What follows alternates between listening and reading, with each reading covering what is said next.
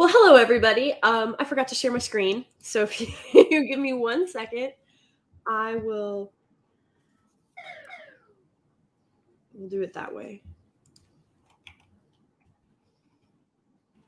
How are you doing this evening, Lethal? I am well, thank you. It's morning. I was also a little bit late. I had to get my coffee, so everyone was a little bit late, and then they just slight tech problem. But at least she didn't fall asleep on the carpet. This is true, but I still feel really bad. Okay, let's go ahead and do it this way. I am just so happy to be here and then have made it. I'm sorry I'm a few minutes late, guys. I do apologize. I was having audio issues and it's been quite the day, but here we go. A little bit of love for y'all.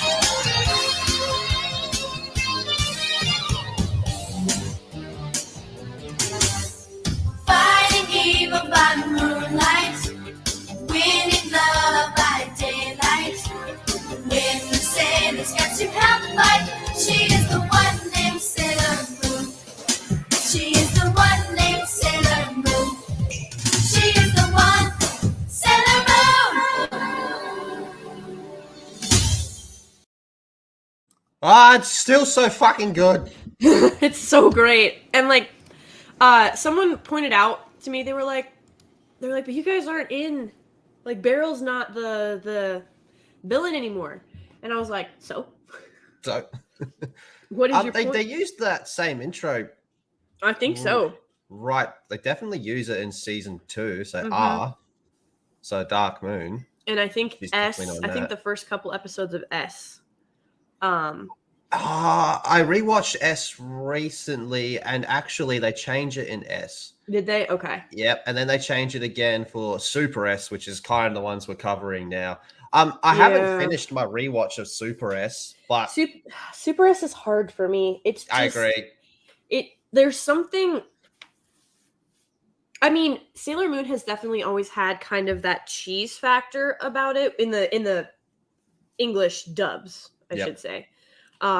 There's always kind of been that cheese factor, but in Super S, it just goes.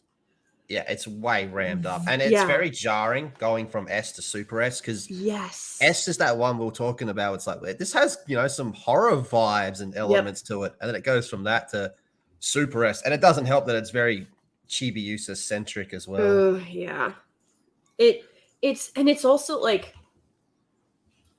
I can't believe I'm going to say this, but I think when I explain myself, you might agree. It feels so in R, we definitely hit on and noted how creepy the whole, Rini pretend not even really being in love with her dad, but just wanted to grow up and sleep with him because she was jealous of her mom. We hit on those creep vibes, how that was really not good. Well, in Super S, it's Rini's in a rush to grow up again, except now she's into bestiality. Yeah. In the manga as well, this volume 7 at least. Yeah. They kind of start to pick a lane, which is something we've talked about before. Yes. They go for the more she's just a child type thing, but they keep having moments where she mentions her age. Yeah. And that just shatters the whole thing. It's you're acting like a little kid, and then like the next page she'll go, but I'm a 903 years old, and you're like, what the fuck is going on here? Yeah. But I think we got to talk about this new trailer. I think so too, because this is pretty exciting. Faye, you're about to get the answer to your question. Yes. Should we just play it first? Yeah. Pretty Guardian Sailor Moon Cosmos official trailer. It's very short, very short. もしも私がセーラー戦士でなかったなら、こうして仲間たちに手を差し伸べてもらうことも、出会うことさえなかったのかしら。わかるの。今までの戦いとは違う。いつもすべて私のせい。私が持っている力のためにみんなを巻き込む。もう止められないかもしれない。どんな時も仲間が命をかけて私を守ってくれる。そんな私だからこそ、私にしかできないことがある。私は信じてる。必ず私たちの未来はやってくる。Yeah, I'm keen. Yes, I am too. I'm actually Faye, I get what you're saying. And Crystal, I was not crazy about the animation. I get what they were going for. They were trying to go the more whimsical. Like, if you look at what they were trying to accomplish, they did what they set out to do. They went for the more whimsical, sort of almost Faye, like fairy-like appearance, nearly. But I was not crazy, especially so. My girl, Sailor Jupiter, I love her, but I liked the original anime rendering of her better. I didn't care. I didn't care for her and Crystal. It's the coloring. I just prefer the original coloring. I think it works better. But this so right here, holy fucking shit. Galaxia, my favorite villain in the whole series. She is a psycho. I cannot wait to see her just fuck shit up. No other way to put it. I think, honestly, so now that we've been going back through them, I think Galaxia is probably the only one that could step up to Beryl, in all honesty. Out of all of the quality of a villain? Yes. Yep. I think that Wise Man could have done it if he basically hadn't just been sand and dust. Like, you know what I mean? Like, Dark Lady wiped him out without, like, she basically even though she was being manipulated and controlled by him and everything like that, eventually she outgrew him. And he was, I won't say nothing, but he was definitely not. He was I know not what you mean. It didn't come across as threatening. Yeah, exactly. Whereas Galaxia, man, like in the old school anime, just that one shot of her just sitting on a chair, doing the classic anime villain pose, just sitting on a chair. Like, I just wiped out the whole team.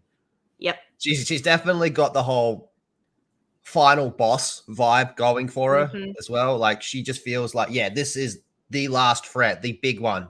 You know. And then when you find out who she actually like started out as, I mean, you're just like, dang, that's it went sideways quick. Like she went bad fast. Yeah, she had a Darth Vader moment. She was like, "Yeah, fuck this, you will die." Yep. I've always thought that and I wouldn't want it to happen, but if there had to be some type of new Sailor Moon content, I've always thought that like a Galaxia centric story. Maybe that's just me fanboying because I love the character. I think you're right. I think it's the best villain choice for them. And what's crazy about this, and guys, we're going to get into the manga here in just a sec, I promise, but this is actually some really big news because outside of Crystal, which was essentially a reanimated or a re-rendering of an anime, there hasn't been any new Sailor Moon anything for a decade and a half. It just shows you how solid its core foundation is then, isn't it? After all these years with nothing new, and it's still going strong. The only new thing, like you said, is a remake of the anime to be closer to the manga. And this is the final one. This is the final one. This is Sailor Moon Stars, and I own this on DVD. It's their bootleg DVDs, but hey, I took what I could get back in, I think, 1997, 98, whatever.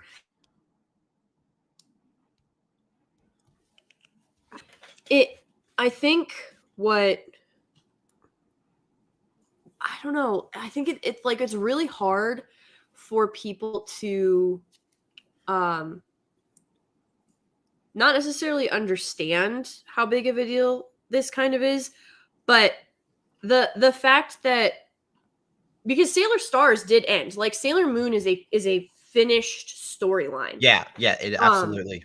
And so for them to come out with it's not a season, for them to come out with a movie, like, from what I understand, this is going to kick off with a film, and then depending on how the film does, they may do a season.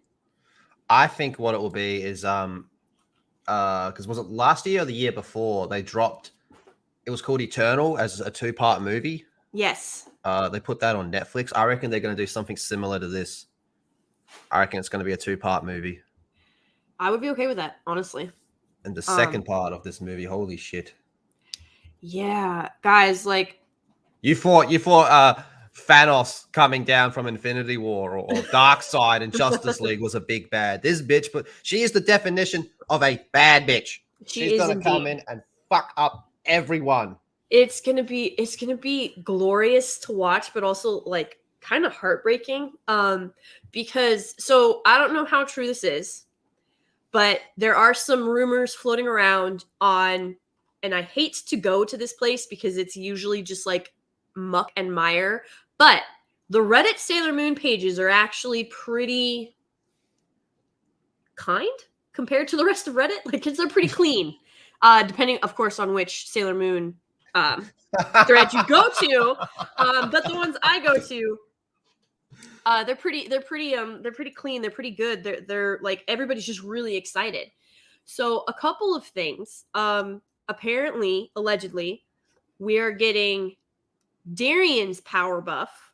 Yes, is his golden chalice, which we did not get to see in the original anime. Yeah, in the original anime. Sorry, I'm trying to think.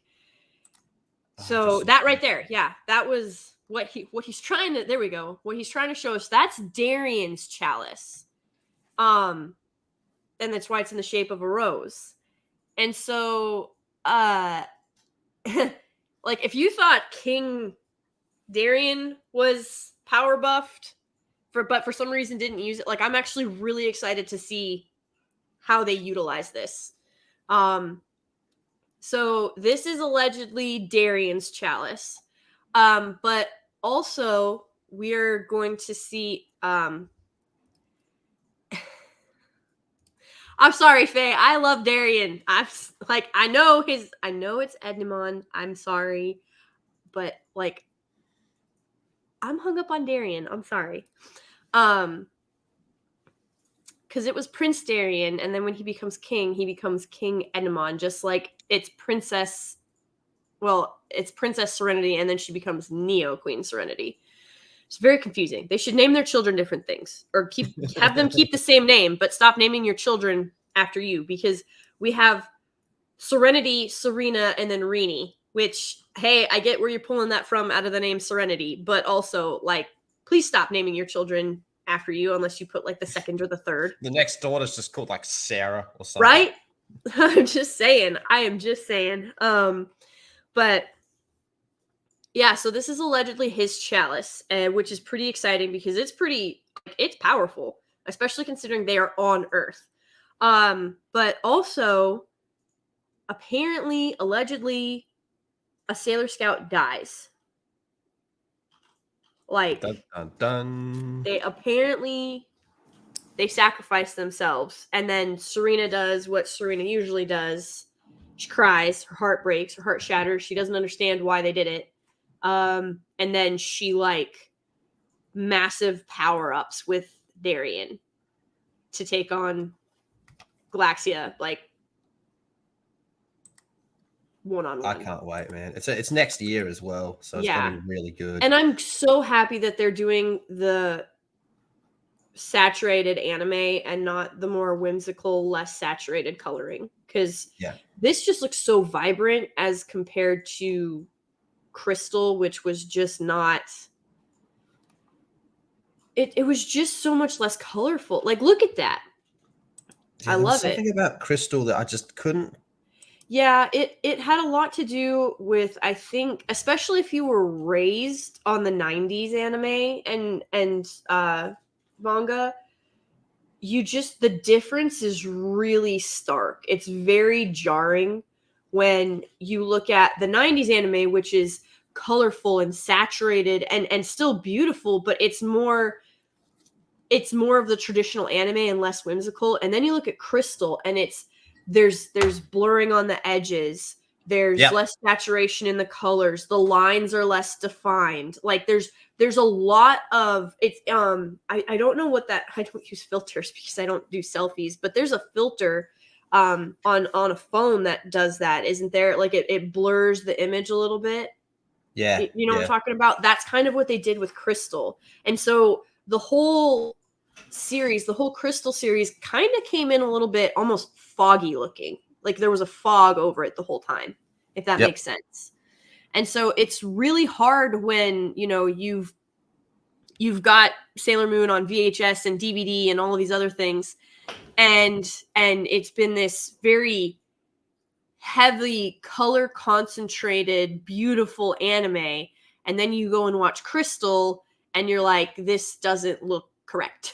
It just doesn't look right.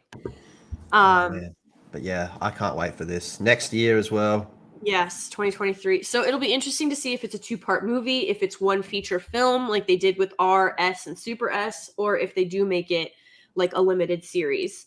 Sailor Stars is actually not that long. It's only like 13 episodes. Yeah, it's pretty short. Hey? It's a very short. Like, they did not fill that season at all. Wasn't there like something back in the day as well where like the show wasn't canceled or anything, but they were like, yeah, hurry up. Yes. So it was something to do. Well, so they couldn't get the rights to Sailor Stars. And because what they were actually trying to do, kind of, so how they made Neptune and Uranus cousins. Yeah. You can't. So guys, Sailor Stars, it's men. Like, when they are not transformed, they're men. They are very manly men. They're like, or at least in Japan, will be a very manly, like, not your traditional Western idea of manly men, but in Japan, very masculine. They're pop stars, they're musicians, they're very active, they're very athletic. So it's your traditional Japanese masculine male. But when they transform, they turn into women. And traps. Yeah. And so it's very bizarre because they still look. What is that called? What, you've done it before, haven't you, Lethal? Where, like, what? It's like you face swap and what you would look like as a chick or what you would look like as a dude. I don't do that shit. You don't do that shit? No, Oh, okay. The memers do that shit. Okay. The memers then. But like, so think of it kind of like that, where it's like their face, but on a different body. It's very weird. And so it took us, like, when I first watched it, I was like, okay, so these are men and they're transforming into women. Got it. Don't listen to him. He does it all the time. Thanks, Jade. I knew it. Bruh. But because in Japan, like, it's not so much that gender is very fluid. It's just that they don't see it as much of a barrier necessarily. It's something that can and does get crossed a lot, which is, hey, that's their culture. But it's really weird because even though they're like girls when they transform into Sailor Stars, they still talk like dudes. It's weird. But it was this big thing because in America, they were like, that's never going to sell. Like, parents aren't going to let their 10 and 11-year-old kids watch this. How times have changed. Right? They're like, we want to sort of change the story to where they turn when what they wanted to do was either keep them as women and introduce like again, like just an affectionate storyline between the main Sailor Star and Serena. As for any of you that don't know, like for any of you that haven't seen Sailor Stars, the main Sailor Star scout, he's got a huge thing for Serena, and he tries to be a homewrecker multiple times. Oh yeah, He pins her to he pins her to a wall and tries to kiss her, and she shoves him off of her. And then he's still less rapey than the Dark Moon guy. Yes, though. Still less rapey than the Dark Moon guy. But it's so he just will not take a hint. And like eventually Serena, like she can't get a hold of Darien and she can't figure out why. And so she starts to cry and he shows back up and he's like, "Oh, I would never make you cry." And then tries to like advance on her again. And she's like, "Stop it." Yes, thank you, Faye. I couldn't remember Saya. Yes, I could not remember his name. But yeah, so he's like, he just keeps trying to push this advance, and it gets harder and harder for Serena because she can't get a hold of Darien, and she can't figure out why he's not talking to her because he's left to go to a college out of the country. And it's supposed to be this great opportunity, and he's like, "We'll talk all the time. It'll be okay." And she's like, "I just want to hear you." Like, she's leaving him voicemail. She's like, "I just want to hear your voice. Like, I love you still. Even if you don't love me anymore, like, I still love you."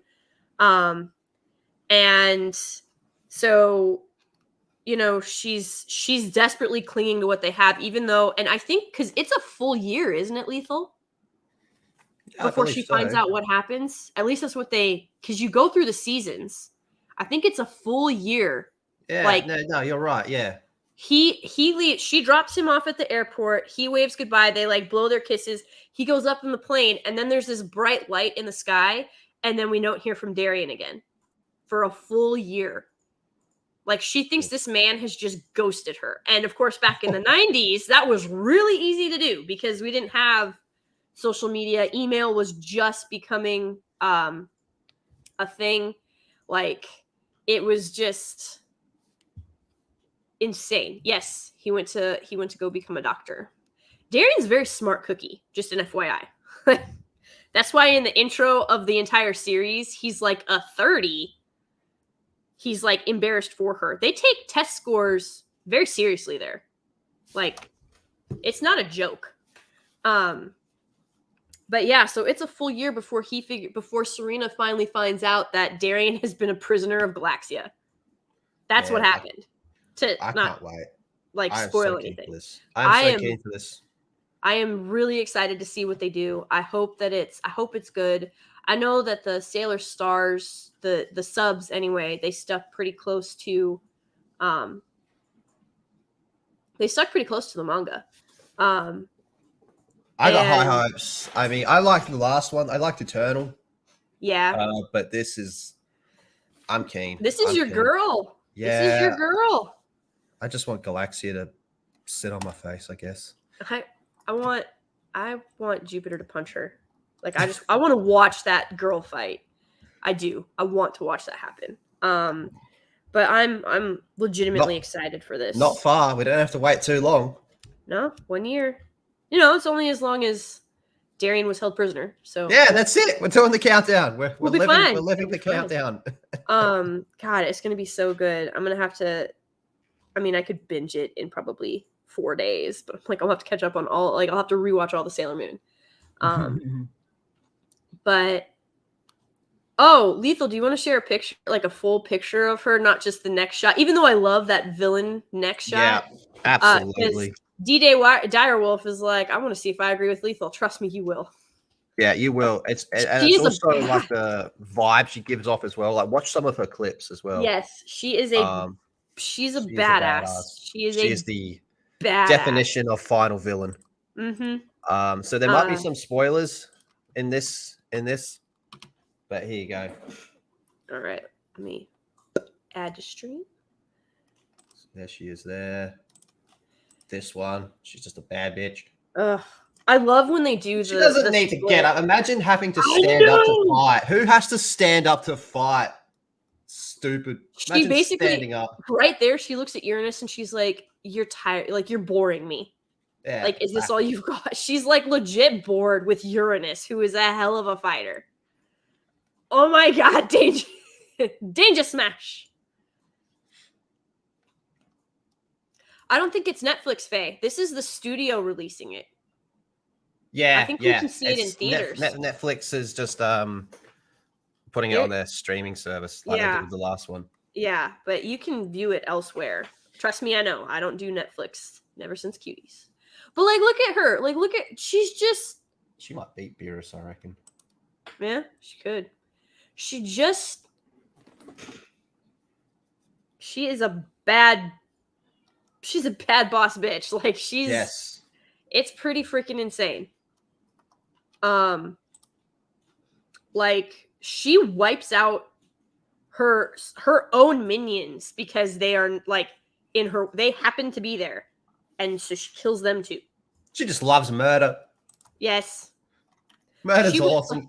Like, when guys, if it's a 2-part movie and they do her like origin story of like what she started out as and how she fell, like, y'all are in for a treat.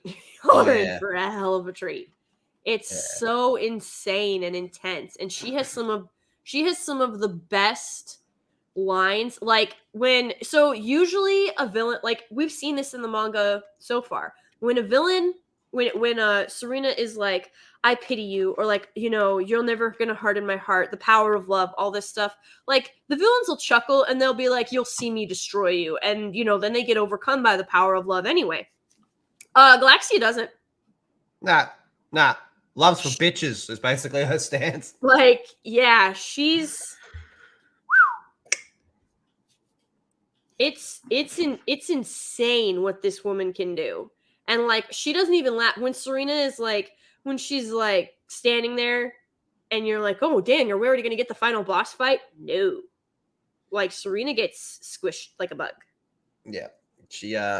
She breaks the trope of, "I have to have my anime speech power up moment for a whole episode." She's like, "Nah. Yeah, I'm just gonna wipe you out in 2 seconds." Yep. What are we going to do for the rest of the episode? Right? It's just insane. Yes, I agree, Faye. The art from the 90s for her is incredible. This image here, just so opposing, such a threat. The ominous, the forebodings that comes with forebodings. That's the word I'm looking for. It's like yep, here she comes. It's just insane. Like, her reveal in the anime is one of my favorites. Oh, she is awesome. Only a year to go. By the time it comes out, we would have already gone over her manga as well. Mm-hmm. So, speaking of...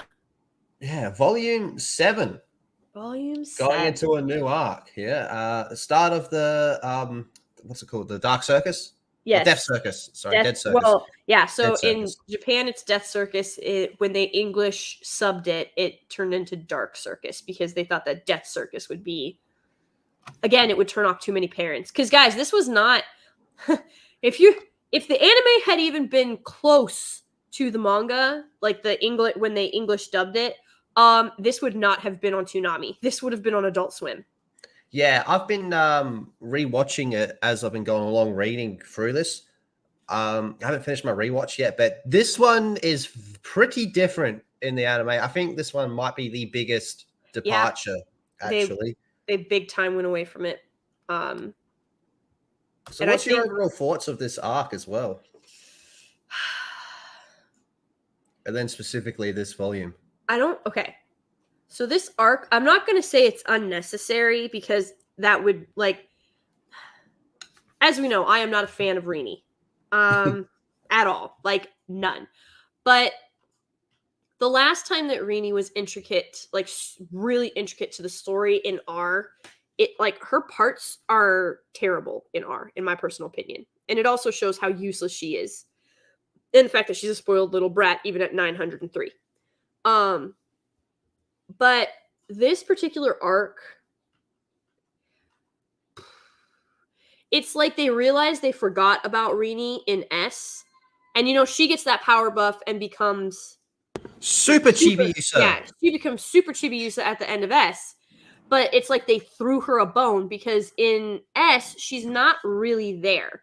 And they were like, oh, we can't not have her, so let's shove her into the last manga real fast and give her a power boost. And it's like now they're trying... This arc came off to me as attempting to justify the power boost she already got. Ooh. Do you think that might be part of the reason why they gave everyone a little buff? Yeah, I think so.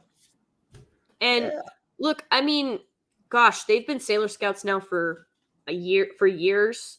They're in high school now. They're no longer in junior high.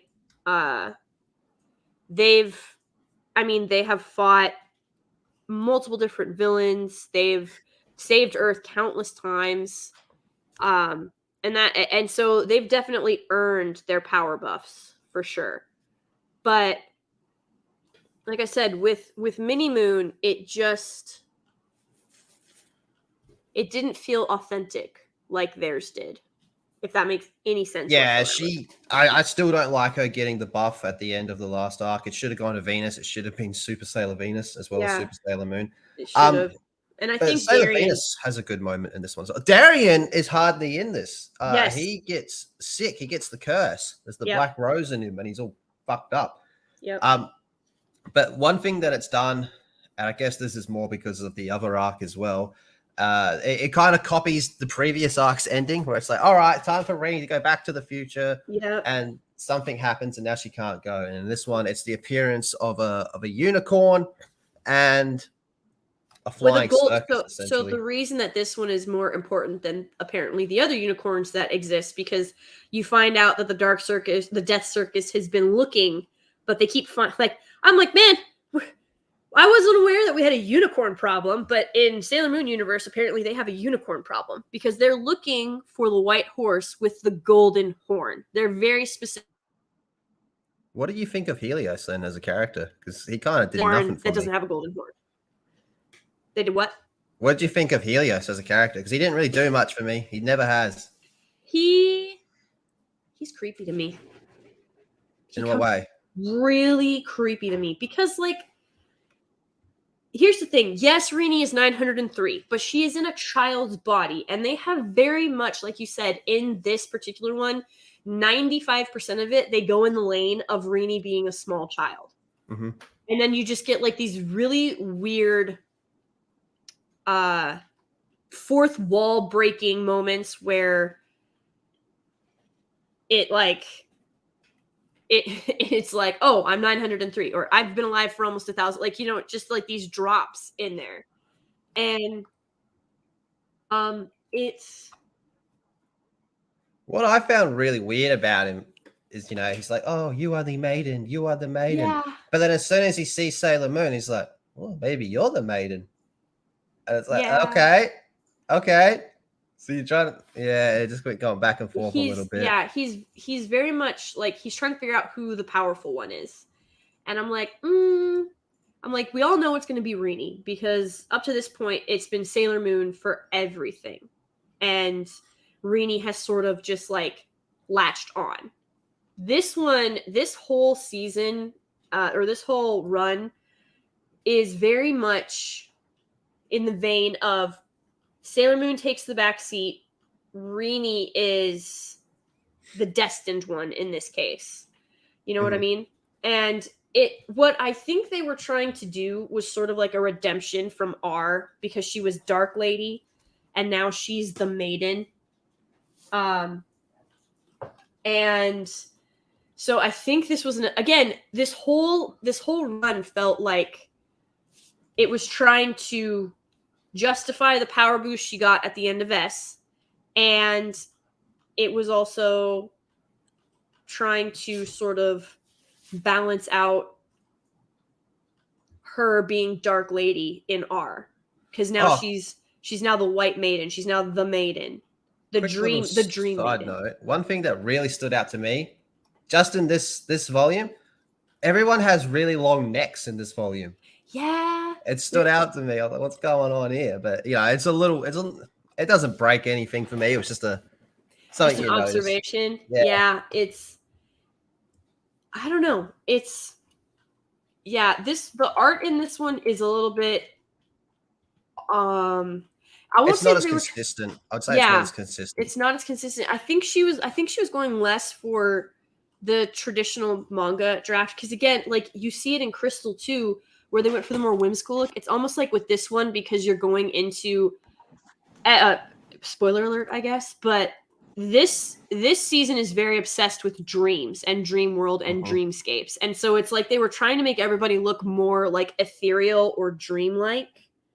Even when they weren't in the dream realm. You know what I mean?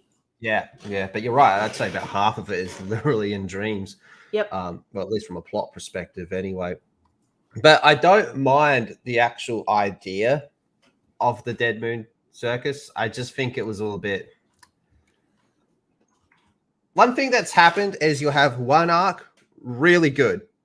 Next arc, then really good, then So... Because obviously you got the first arc, which is God tier. The second one, oh boy.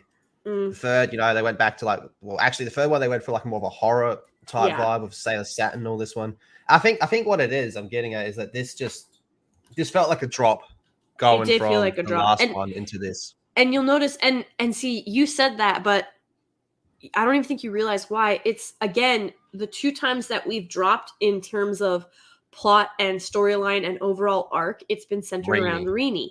Yeah. And so like it's just because right? There's just too much inconsistency with her character. There's too much variety. Look, guys, I don't know if you remember, but in Rini killed a bunch of people. And she nearly ended time and space itself. Yeah. She almost ended time and space. Like she was about to slam interdimensional existences together. She wiped out Crystal Tokyo. She almost wiped out Earth from the past. She basically stole from her mother. She imprisoned her mother. She almost slept with her dad. Like, yeah, she had some issues. She had problems. She was the villain of that entire series. But at the end, it's like, oh, you're back. Like it wasn't really you; it was the corruption of the Dark Moon, and you're like, no, bitch. Like, oh, you've grown so much. You're like, no, she needs to be in prison. Yeah, she needs to She's be locked 903, away. and like, here's the thing, and we've discussed this before. Because here's the thing, Wise Man never lied to her. Never once did he lie. He simply he was like, recall your memory and remember how. They weren't there and how they were because at first it was, they were there and it was a happy memory. And then it was, they were there, but they didn't really want to be there. And then her mom and dad couldn't make it, but the Sailor Scouts could. So the Sailor Scouts were her friends. But then they were mad at her because they didn't want to be there either because they had more important things to do. And then it was nobody showed up for her birthday. So she just kept every time she would get angrier and angrier at them, she would go back to this memory of her birthday and she would erase them from her own memory. And until she got to this memory down to where it was just her, nobody showed up, she was left alone to cry. And that was her justification for everything she did. Because you get these wholesome moments though. Yes. There's some nice wholesome moments. I think Rini has her place in the overall story. I agree. Daughter from the future and all that type of stuff, but you're right. Every time she's more involved with a plot, it drops. Not as good, hey. Not as good. Hold on, let me change the screen share, see if I can make this a bit Oh, you're fine. I'll just continue to rant about Rini. Make it a bit more zoomed in for No. Okay, try that one. Blabbering Collector, no, she didn't actually sleep with her dad. And she wasn't even in love with her dad. She was jealous. She wanted to fuck her dad to get at her mum. Yep. There you go. She was angry with her mum. I'll try this screen share. There we go. That one a bit better? Yeah. A little bit. Yeah. Sorry about that. My bad. I've hit the wrong thing.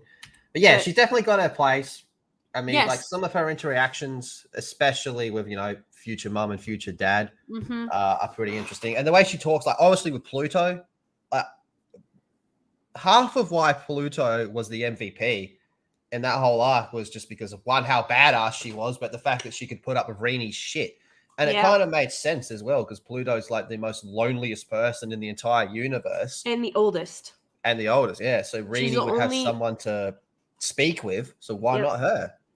And so it's what's really frustrating about that is Pluto dies. Yes. Like Pluto, the guardian of time, dies so that because she broke her vow. Like she freaking Rini, I swear to God, like this child, this 903-year-old brat. I'm frustrated. Like, okay, I want to get your opinion. I actually made a note of this. I made a mental note of this particular page. So we got, she's lying in bed with who's going to be her future mum. Nothing wrong with that. Mm-hmm. And then she's talking about how great her mum is. That's awesome. And how in the future her mum becomes, Neo Queen Serenity and everything's just perfect. And then she's lying in bed. She wants to be a more powerful guardian. And she starts saying shit like, I wish I could be like Usagi. She has such long, thin, perfect legs, those soft breasts, and that long, silky hair. I'm so jealous. I want to grow up quickly so I can be like that too. Yep. This is, like I said. I have questions. I have questions too. Here's the thing. She's already grown up. Like, she has been Dark Lady. She's had all of those things. She's had the long skinny legs, the perfect hair, the boobs, the soft breasts. Like she's already had all of that. And we get to this. This is my problem with Helios. Like, she is so obsessed with the idea that he might be who she's destined to be with, like Darien and Serena were. The thing is, so part of the reason that Rini wanted to sleep with Darien is because she was so obsessed with her parents' story, like how they were destined to fall in love, how they were destined to find each other, how they were going to save the galaxy from the Negaverse, like all of this stuff, right? Yeah, it was like a fairy tale. Yeah, it was this huge fairy tale story. And Rini was obsessed with it. And she's like, well, where's my Prince Charming? Where's my hero? When do I get this? You get a horse. Yeah. And so she latches onto Helios and is like, okay, you must be who I'm destined to be with, because you've called me maiden. You've done all these, like, you said I have all this power. You say that there's no way that Rini's soul or heart is pure. I'm just saying, like, after all the stuff she's done, she's got some black dots. Just saying. Yeah, it's a bit wanted. I quite like this character here. Now, I'm pretty sure I'm pronouncing it wrong, but Zirconia? That's how I say it. Zirconia. I like this character as well. I thought she was a dude for the longest time. I did. Because I saw Super S in the anime before I read it in the manga, and they call her grandma in the manga, or grandmother, but it's just Master Zirconia, like master. No, like, that's a woman, that's a chick. Yeah. And these are going to be like our main antagonists throughout this particular volume, at least. Yes. The Amazons Quartet. Now, the first thing to say about these is there's no fucking way would villains be able to look like these days. Oh, no. It should be pointed out that this is created by a woman. Yep. A straight woman that is happily married. So I don't want to hear none of that. Extremely talented. Bullshit. Yeah. Every time not every time, but a lot of times in manga or anime, when you see a large-breasted woman, the character was created by a straight female a lot of the time.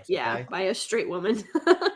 Because sex sells, and they know it's supposed to be over the top. Well, and it's called Pretty Soldier Sailor Moon. Like, say what you will about these villains, but they are gorgeous. Like, they are disarmingly beautiful. Fisheye is kind of a dope. Like, she sort of pretends to be the one who's like, she's falsely sweet. Like, she has this very she talks very softly and very high-pitched, and she's very quiet, and she'll cry a little bit. Don't let any of that fool you. She's bad. She's very bad. It's almost like they're trying to give us a hint. Don't trust women. Should have listened. Oh, here's Chibiusa having dreams about a unicorn. Yep. Oh, maiden. Look at that. I always wanted to be a maiden. That's what I'm saying. Perfectly what you're saying. I always wanted my Prince Charming. My mom had a Pogger's boyfriend. How come I don't get one? Yes, she has all like that is part of what her motivation is in R, and now it's her motivation again here. It's literally the selfish desire to be the center of where Serena the thing about Serena is she never wanted that. She just wanted to be in love with Darien, run away with, like, they were going to run away together because their union was supposed to be forbidden. She didn't want to save anybody. She didn't want any of that. She didn't want the power. She didn't want to be Princess of the Moon. She just wanted to be with the man she loved. And she has, because of who she is as a person, because she loves people, because she loves her friends, because she loves Darien, because she loves her family, she is willing to sacrifice herself up to and including death to save them. Again, one of the most hardcore images in this whole thing is when he's possessed. So she takes the sword, stabs him, kills him, pulls it out, and stabs the sword and stabs herself with the sword. Yep. So this is her reaction to being called a maiden. Oh, you called me a maiden. I bet you say that to all the girls. Yep. Yeah, it's a very I don't know. She comes. It's so weird because it's like, are you 903 years old or are you a stupid little kid? Right. And like this picture, this drawing, they make her look much more. Again, we're going for like the ethereal, whimsical, dreamlike state, but they've also aged up her face. And guys, I'm dead serious. Like, yes, you can tell the difference in manga and in anime. Like, there's different techniques you use to make yourself look a little bit older. When they're younger, they make their face a little bit more round. Like here, where she's this childish, like this child delight that she has on her face, they've made it a little bit more round again. But in the previous panel, it was more like angular and see what I mean? Like it's longer. The jaw is longer. It's more angular. So it's, again, we have that inconsistency of, are you 903 or are you this innocent little kid? And go on. Oh no, I was just gonna say, and that's the thing is, all of this is literally pushed. Like, she doesn't have the same motivations that Serena did. Her motivations are selfish. They're purely selfish. She doesn't want to love a man like Serena and Darien love each other, like Serena loves Darien. She just wants a man to be the center of the universe, like have her be the center of his universe and be worshipped and adored by him, and then step up and save everybody without having to sacrifice anything. Because what Rini is failing to realize is, okay, Pluto died and technically came back, but like Rini has really legitimately not had to sacrifice anything or anyone. Her mom came back, Pluto came back, Darien came back. All of the mistakes that she made, they all got fixed, but it was at the cost of other people that weren't in like her little inner circle. She's trash. And then in this part as well, she gets given the bell. Whenever you're in trouble, just ring the bell and Helios or Pegasus will come in and save you. But like, it's such a get out of jail free card. Like, don't get me wrong. You know, Sailor Moon obviously had like literally a handful of moments where Big Mama Bear, Queen Serenity would have to step in. But those were few and far between. Very and few and far between. And a lot of those times, she had to seek her out herself. She didn't just go, ring the bell and I'll be here. Yeah. You know? No, when she was facing Beryl, she literally had to, like, go on a soul-searching walk, find her mom, discover who she really is, what it really meant, and then she had to, like, dive deep into her soul and find her so that she could beat Beryl. Yeah. Like, it's a stark contrast, man, because she gets a bell. It's ring the bell when you're in trouble. Whereas Sailor Moon's like, okay, you got to go on some crazy journey. Is that Beryl ringing now? No, yes, that was Beryl ringing right now. I have to go and help the Negaverse. Sorry, no, that was the hubs. But I'm gonna text him and just let him know that it's Sailor Moon time, and I love him, but it's Sailor Moon time. Priorities. I don't bother him. I do not bother him when he is raiding in Destiny. He doesn't bother me when I do Sailor Moon. That's the key to a healthy relationship, right there. Amen. But so, yeah, go ahead. He's kept, and it's shown to be like a birdcage. This made me laugh, especially in the movie. I'm like, we got him trapped in a birdcage. That's funny. I want to put Mozzie in a birdcage. Please. So yeah, he's in a birdcage and shit, but he's kind of like, how do I explain this simply? So he's physically captured, but he can like spiritually project himself from time to time when he builds up his strength. But it's getting harder and harder and harder. Which is why he was so excited to find her, because her dreams give him power. This is a very toxic relationship. Yeah, this isn't good. It's not good. She wants him because she wants the fairy tale of her parents to be her own, but without any of the sacrifice. Like, Sailor Moon lost her actual mother. Like, she lost everything. She lost her kingdom. She lost her people. She died. Her mother is gone. Like, she lost everything just for a glimpse of a second chance, only to have to fight back the Negaverse that her own mother died defending them against, and lost countless people, has gone through hell and back, sacrificed herself, that picture, like, I know we go back to it, not enough though, Lethal, where she's holding baby Saturn in the anime. So good. Like, it's so freaking fantastic. Like, what Serena has gone through and has been willing to give up, the fact that she was willing to step up and make these sacrifices, she's a completely different character. She does this because that is who she is. Rini is doing this because she literally wants a fairy tale, and she wants her mom and dad's story without any of the hardship that her mom and dad went through. Meanwhile, Helios wants out of his cage, and he's basically sucking energy from Rini to do it because her dreams are that powerful. Not a good relationship. And then he, like, kind of hits on her mum in front of her. Yeah. Because he needs the golden crystal, which at this point you're like the golden crystal of Earth, which would make sense because Rini is the daughter of the king of the Earth and technically now the queen of the Earth, even though she's still part of the moon. So the reason that Rini would be unique is because she is half of the moon and half of the Earth. So she's like this, allegedly this perfect blend, right? Oh, there was this part, I think we've gone over it, we skipped it. There was a funny moment where they're all like, all right, we're all gonna crash here. So Hisagi calls her mum.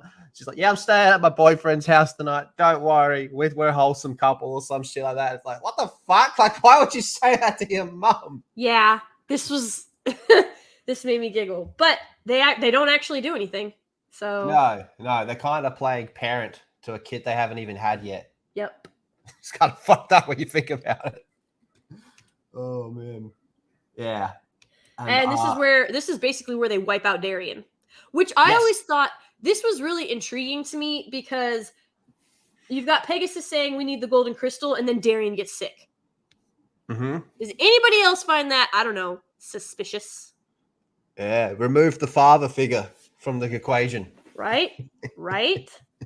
The one person who would probably be more powerful than Mini-Moon in trying to get the golden crystal. Because, guys, remember, Serena has the silver crystal. She is of the moon. The golden crystal is very much of, like, the Earth. Yep. And he is the Prince of Earth. Now, if only, because she goes to do a run here, go back to the future, and if only it actually fucking worked, but alas, it did not. Now, it's worth pointing out, Neo Queen Serenity knows her daughter sucks, so she sent her own daughter back to the past to hang out with her teenage self. Like, get out of here. I don't want to be around you. This always killed me. As a mature young woman, at what point do you think your younger self and your husband's younger self can raise your daughter better than you can? Because you've already been through all of the crap. So wouldn't you be the best people to raise her? You know what I mean? Sending it into intention, like they're like, hey, go hang out with my younger self because I had a lot of fights when I was younger. Yep. And you'll get good life experience and become more powerful. Okay, cool. So you're going to go fight all these battles, putting our own daughter in danger. Whatever, fine, okay. It's if she dies, we're still going to have the kid down the line. So if she dies, who gives a shit? Yeah, it's just the whole. That's what I said. When it comes to time travel, it's so easy to get twisted because in the same breath, like, does Neo Queen Serenity know that if she doesn't send Rini back, then Darian and Serena's relationship won't form to the point where they actually have Rini? You know what I mean? Yeah, there's a lot of paradoxes going on here. Oh, see, Rini. Let's see, more long necks. Long necks. Yep. They all stand out. At any time there's a, I don't know if plot hole's the right word, but every time there's a moment where you go, wait a minute, it usually comes down to Rini's involvement with the story. Yep. Yeah. Oh, well, it's what it is.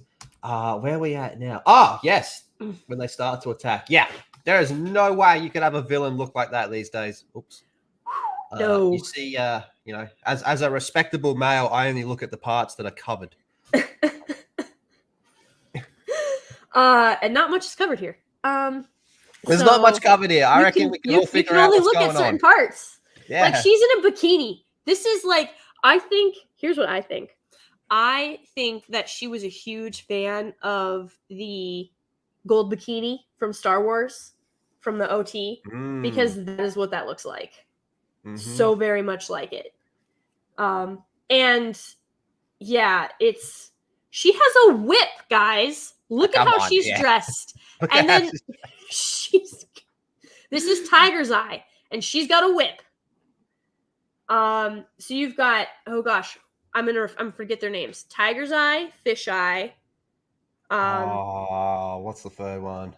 They'll pop up in a bit. They'll pop up, but I'm trying to see how many I can remember. Tiger's Eye and Fish Eye are the easiest for me to remember because remember, Fish Eye, she's the sleeper. She's the one who you think is going to be like the easiest to defeat and is just delicate because of the way she talks and walks and moves. No, that's not Tiger Eye, isn't that? They transform the tiger. I thought that was Tiger Eye. It's Hawkeye. Oh, is that Hawk's Eye? It's coming up. God damn. Yeah, this is where he starts to have heart attacks and stuff like that. Yeah. As well. Now, he doesn't even go as Tuxedo Mask in this whole volume. Nope. I don't think. Nope. Not that I remember. No. It's been a minute. In the anime, he does once. But again, the anime. This was the one where. This season of anime has a lot of filler. Yeah, that's right. Tiger's Eye is a dude, isn't it? Yeah. Tiger Eye is a dude who looks like he looks like an 80. He looks like he belongs in an 80s hair band, if I remember right. Most of them do.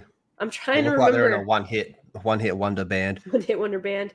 God dang it. Okay, so if that's Hawk's Eye, Fish Eye is the blue one. You know what? You're right. We're gonna get introduced to him. This part. This is where they transform, all right? They have their fight. We get super chibi moon, which, oh, God, I still think is so stupid. Yeah. But then after the fight, when they transform back, they switch bodies. But this ended up being like a little thing for a little bit. It didn't end up having any overall consequences, though. Of course not, because it's chibi. Yeah, it's chibi, so it doesn't matter. And it was just like a weird way to have, because chibi's like, oh, I wish I was grown up so that way I could get a boyfriend and be powerful and all this stuff. And then Usagi has a moment where she's like, oh, kids get it so much easier. They can get away with everything they want to do. So they have like this little flip moment. But I don't know. I think they could have gone on further with it, but it ended up being a bit of a what did you think of Queen Helenia in this as a villain? Very, I don't know. You can't help but make the barrel comparison. Yeah. Even the way they talk to each other, like talk to their subordinates, and even the design-wise, very, very barrel-esque. Mm-hmm. Very, very barrel-esque. What do you think? So in the anime, thank you, Faye. The one in the bikini is Vesves. in the anime, because again, I saw the anime before I read the manga on Super S. The like at the end where she turns around and she's like, I still pity you. I'm like, because, the whole thing is like, don't look at me with those pitiful eyes. I will not accept any pity. And I'm like, dude, this is not. Pity is a weapon. Booba. Anyway. Yes. Voluptuous booba. I don't know. Again, Super S, I can't say that Super S is a waste, because they serve their purpose, but the overall arc really just did not have. It didn't have the same level of consequence. Like, the concept of being able to have, it's very, gosh, now I can't even remember my horror guys. Who's the one that Freddy comes in your dreams, right? Yeah. Yeah. So it's very Freddy-esque where it's like, oh my God, okay, so if we fall asleep, they could actually like hijack our bodies or take over our minds or, something like that. But they don't really play on that. It's really more of like, she has a nightmare and she wakes up, and then she's like trying to determine nightmare world from dream world from reality. But again, there's no, there isn't any consequence. Like, this whole arc is just kind of, it falls flat. I felt a lot of this arc was just, there's a lot of transformations in this arc, a lot of power-ups, transformations. I mean, we'll get to it, but Artemis becomes a human. Every Guardian gets a little buff as well, which I think is deserved. But it was just a lot of setup, I guess, this volume, with a lot of power-ups and transformations going on. So here we go. Tiger's Eye, Hawkeye, Fish Eye. Yeah.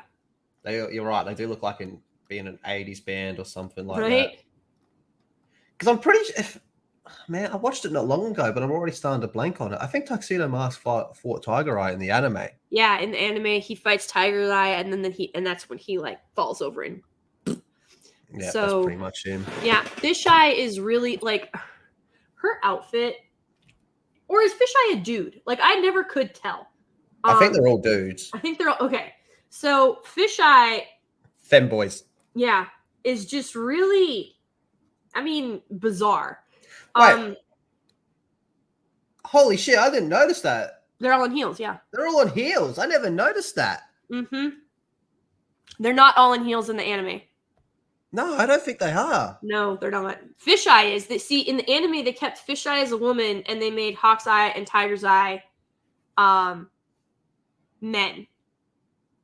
And so that's how it is in the anime. And then the Amazon Quartet is so if you have Selly is the blue one from the Amazon Quartet. I think Junjun is the green one. Oh, and Para. I don't know. I can't remember. Yeah. But all their names rhyme though. Yeah. So there's a lot of stuff that goes on, and this one has like we get an overload of villains in this one. We really do.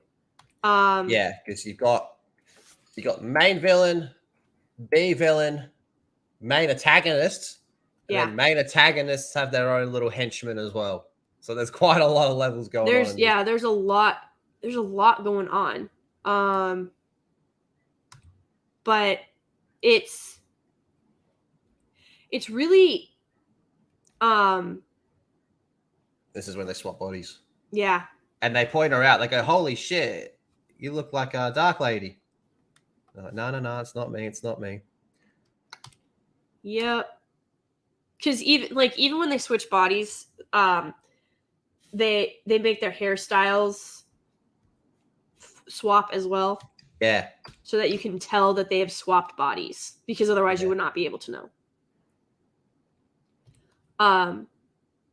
I just felt like they didn't really do much with them being in swap bodies. It's just whoa, what the fuck happened to you two? Yeah, and like here's the thing. If this had been Sailor Moon R, this would have been Rini's chance to bang her dad as her mom. And holy shit. Live out her fantasy. Which I'm so glad they didn't do, because that would be you're right. horrific on so many levels. But basically, Rini gets her wish of being able to live out her mom's life, her mom's fantasy. But I'm trying to remember. God, there's so many villains. It's hard to keep them straight. I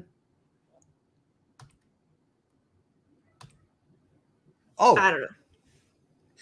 Amy's mum. You don't really see much of her throughout the whole story, so it was good to have her pop up. Now, is this the part where she falls into her dream and they start manipulating? No, not yet. Because Amy's dream, the first half, I think is really weird with what they're trying to do, but the second half, I'm all for it. So yeah, Tuxedo Mask, he's all fucked up, but he gets his like MRI scans. They're like, dude, you have like black shadows all over your lungs, which is pretty bizarro. Yeah. Again, this is just more of Rini. This is where it started to get a bit munted. So Helios appears and goes, "Oh, you're the maiden."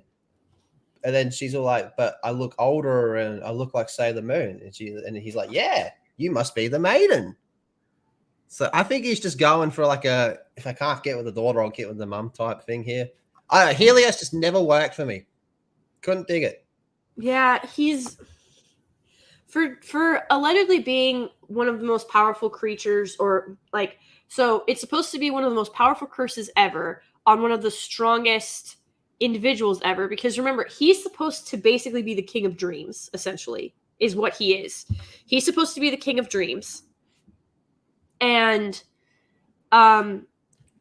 it's really weird because again, they're inconsistent with his character. It's 1 minute he's extremely powerful and strong, and then in the next minute he can't do anything. And then 1 minute he's obsessed with Rini, and then the next minute he's obsessed with Serena, and then he's back on Rini. I think they call him a fuck boy would be the correct term. This part creeped me out. Yeah, because so this is his girlfriend and the body of their future daughter. Yeah. But she still had he can't look at her right now in that way. That's why he was like, it's too, he straight up says, he's like, it's too bizarre. And then she's like, well, could you just hold me? So he holds her like a father would hold a daughter. And she's up here like, I wanted to go to the next level, but now I'm in this body and I can't. So she wanted to get her a little something, something. Mm-hmm. And now she can't. Rini cock blocked her. Oh, man. And I think we've made this joke before, but for someone that needs them to do the deed, you think he'd stop cock blocking them. I know, right? Nope. We're just gonna... I was Rini, right, and I'm fully aware that my whole existence is depending on these two, man, when they're not home, I would, get glasses of wine, fill them, put on some slow Very romantic music, dim the lights, fill up like a bubble bath of them, invite them over, and then just leave. All right. Lethal needs you two to get it on so I can exist. Instead of just constantly getting in their way when they're trying to have some alone time. Always in their way. It's fucking weird. He is actively... Because I don't know at what point in time they conceive Rini, but she is actively working against her own best interests, which is surprising for someone who is as self-centered and selfish as she is. Yes. Think about, remember in Back to the Future when he accidentally cockblocks his own dad and he's like, oh shit. His own mum starts falling for him and he's like, okay, I gotta get my dad laid. Yep. And then he's like, come here, dad. And then he's like trying to make his dad cool or whatever. And then his dad, of course, actually does it on his own when he stands up to his own bully, which is that had to feel good. Oh yeah. To stand up to your own, to the guy who's been making your life absolute hell, and to cold clock him. I mean, I bet that felt fantastic. But yeah, so you've got he knew the assignment. He was like, okay, if I don't get them together, I don't exist. I don't exist. Now, if it's a pretty simple question. If you went back in time and you saw like your mom and dad, you would just step back. You would just leave them alone because they have to get together for you to exist. And I'm pretty sure you don't want to be there when that happens, but it still has to happen. So you would just avoid them completely, right? Yes. Like, unless, okay, so here, see, this is where time travel gets tricky. Like, if the reason Serena and Darien had found each other was because Rini went back in time, because Neo Queen Serena was like, okay, we have to send you back in time so that you can bring these two people together. Otherwise, you won't exist, and I won't become Queen of the Earth, and he won't become King of the Earth, and Crystal Tokyo will fail to exist. That would make sense. But again, because they are literally an eternal love story, and they were destined to be together in a previous life and in this life, like, there's so much more destiny working around it. Rini really, I mean, like you said, she has her moments where she fits into the story, but honestly, she's kind of just a lot of fluff. Like, she doesn't need to be there. Man, I wish Sailor Galaxia would just step on her head. Just Mortal Kombat boot through the face. It'd be interesting, that's for sure. I wish. Okay, we got to talk about this little part as well. A bit odd. Yeah. Like, this, at least she's kissing him on the cheek. Yes. And, like, didn't go for his lips or anything, you know? But again, he is holding her like a father would hold a daughter. Because why? Because Darien is sane. He's looking at this and he's like, it's not right. Like, this is clearly messed up. This is my daughter. Even if it's Serena in there, it doesn't matter because this is my daughter's body. And until we switch back, like, you are literally my daughter. But he also, the thing is, in Serena's body, he looks at Rini, and this is actually the page we're on right now. She's depressed that her dad is not attracted to her in her mom's body. Yes. And I'm like, no, he's normal. You're his daughter. He's sane. He's not going to sleep with his daughter. We really need to get off of this. Like, she's literally down there and she's like, it doesn't matter how much I like him. He's destined to be my father, and he has Usagi. And I'm like, dude! That's kind of the point, yeah.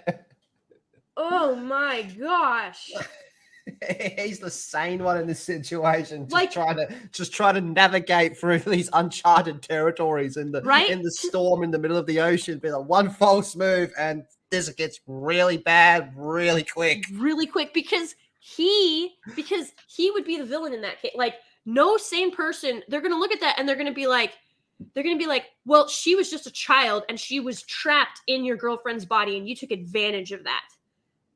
Like, they would make him come off as a villain when it's like, no, let's back up. Like, Rini is like, if she had roofied her dad, I wouldn't have been shocked. I would not have been shocked if she had roofied her dad. That's how bad she is.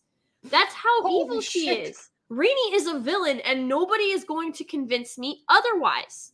She should have gone back, man. Yeah, Faya, exactly. She should have gone back ages ago. She should have gone back at the end of the second arc. She should have just dipped there and then.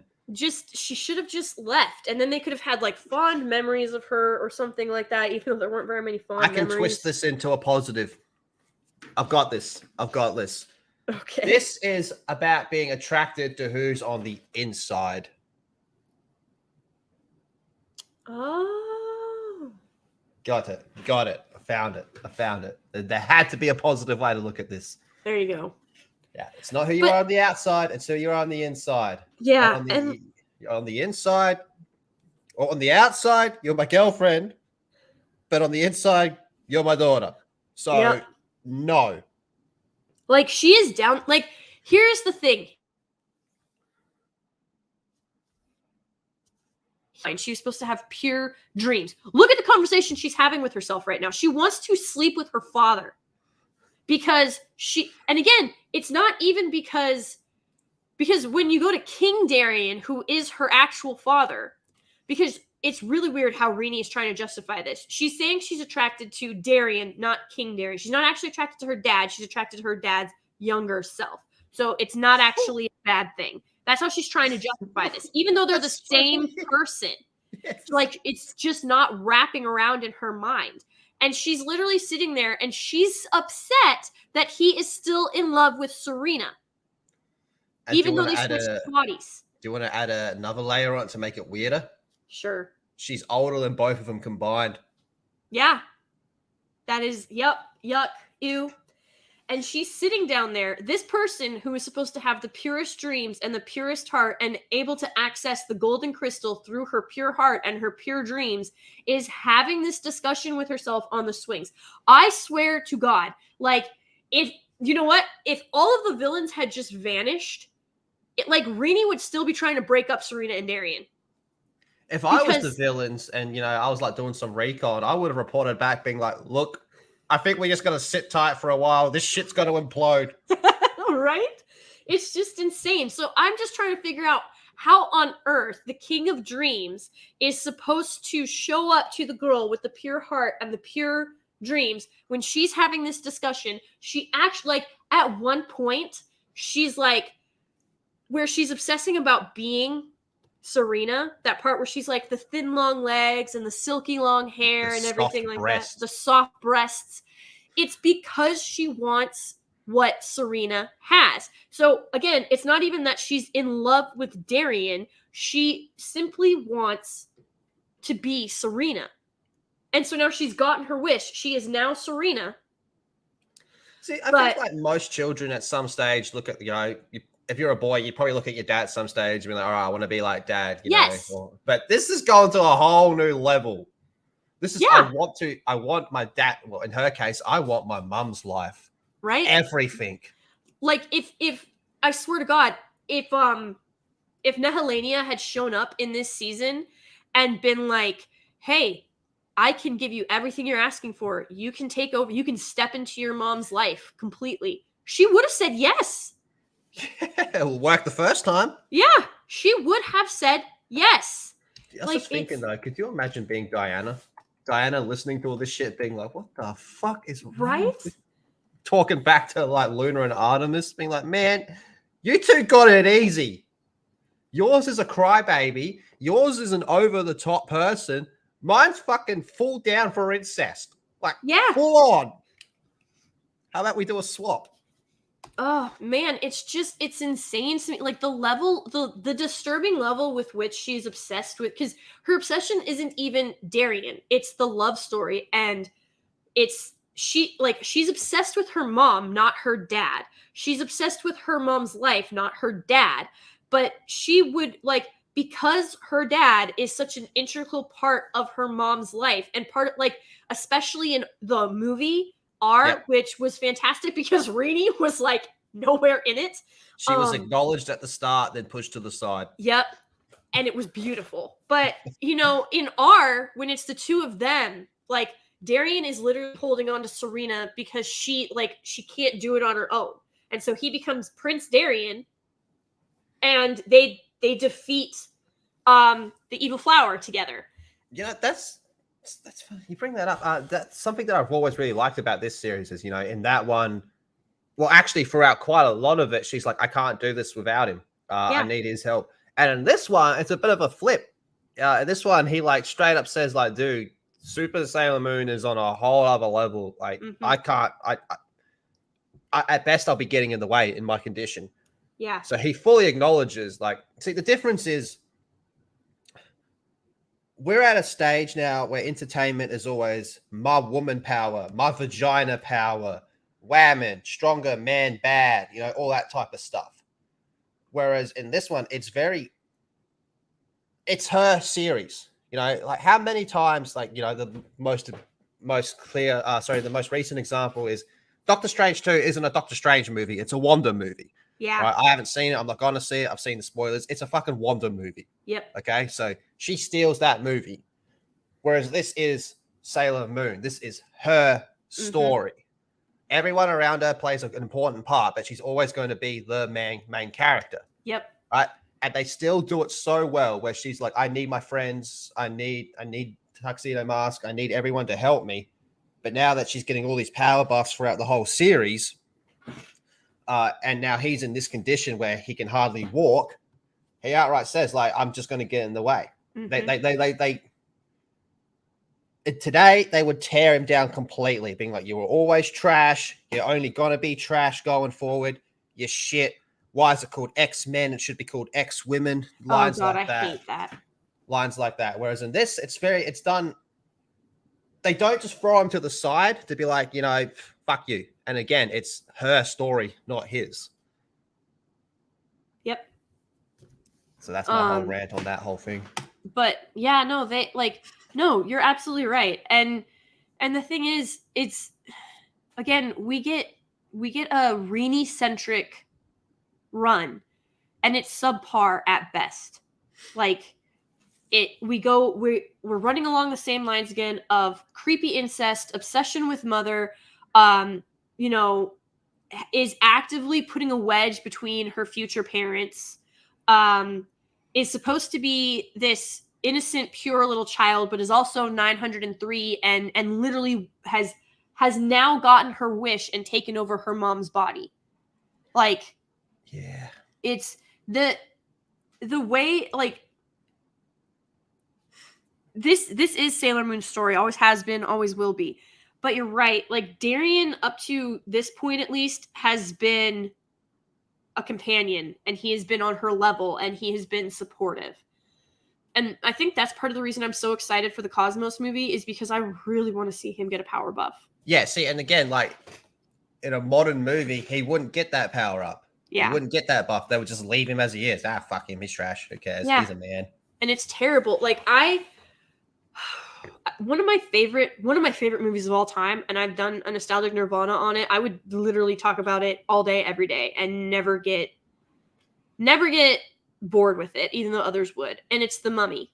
Yeah. And I love that movie because the dynamic between the two of them is so, the chemistry, the dynamic, the way they build off of each other and they strengthen each other, because she's really smart but physically incapable of some stuff. Like the gut, like when, like, she just can't.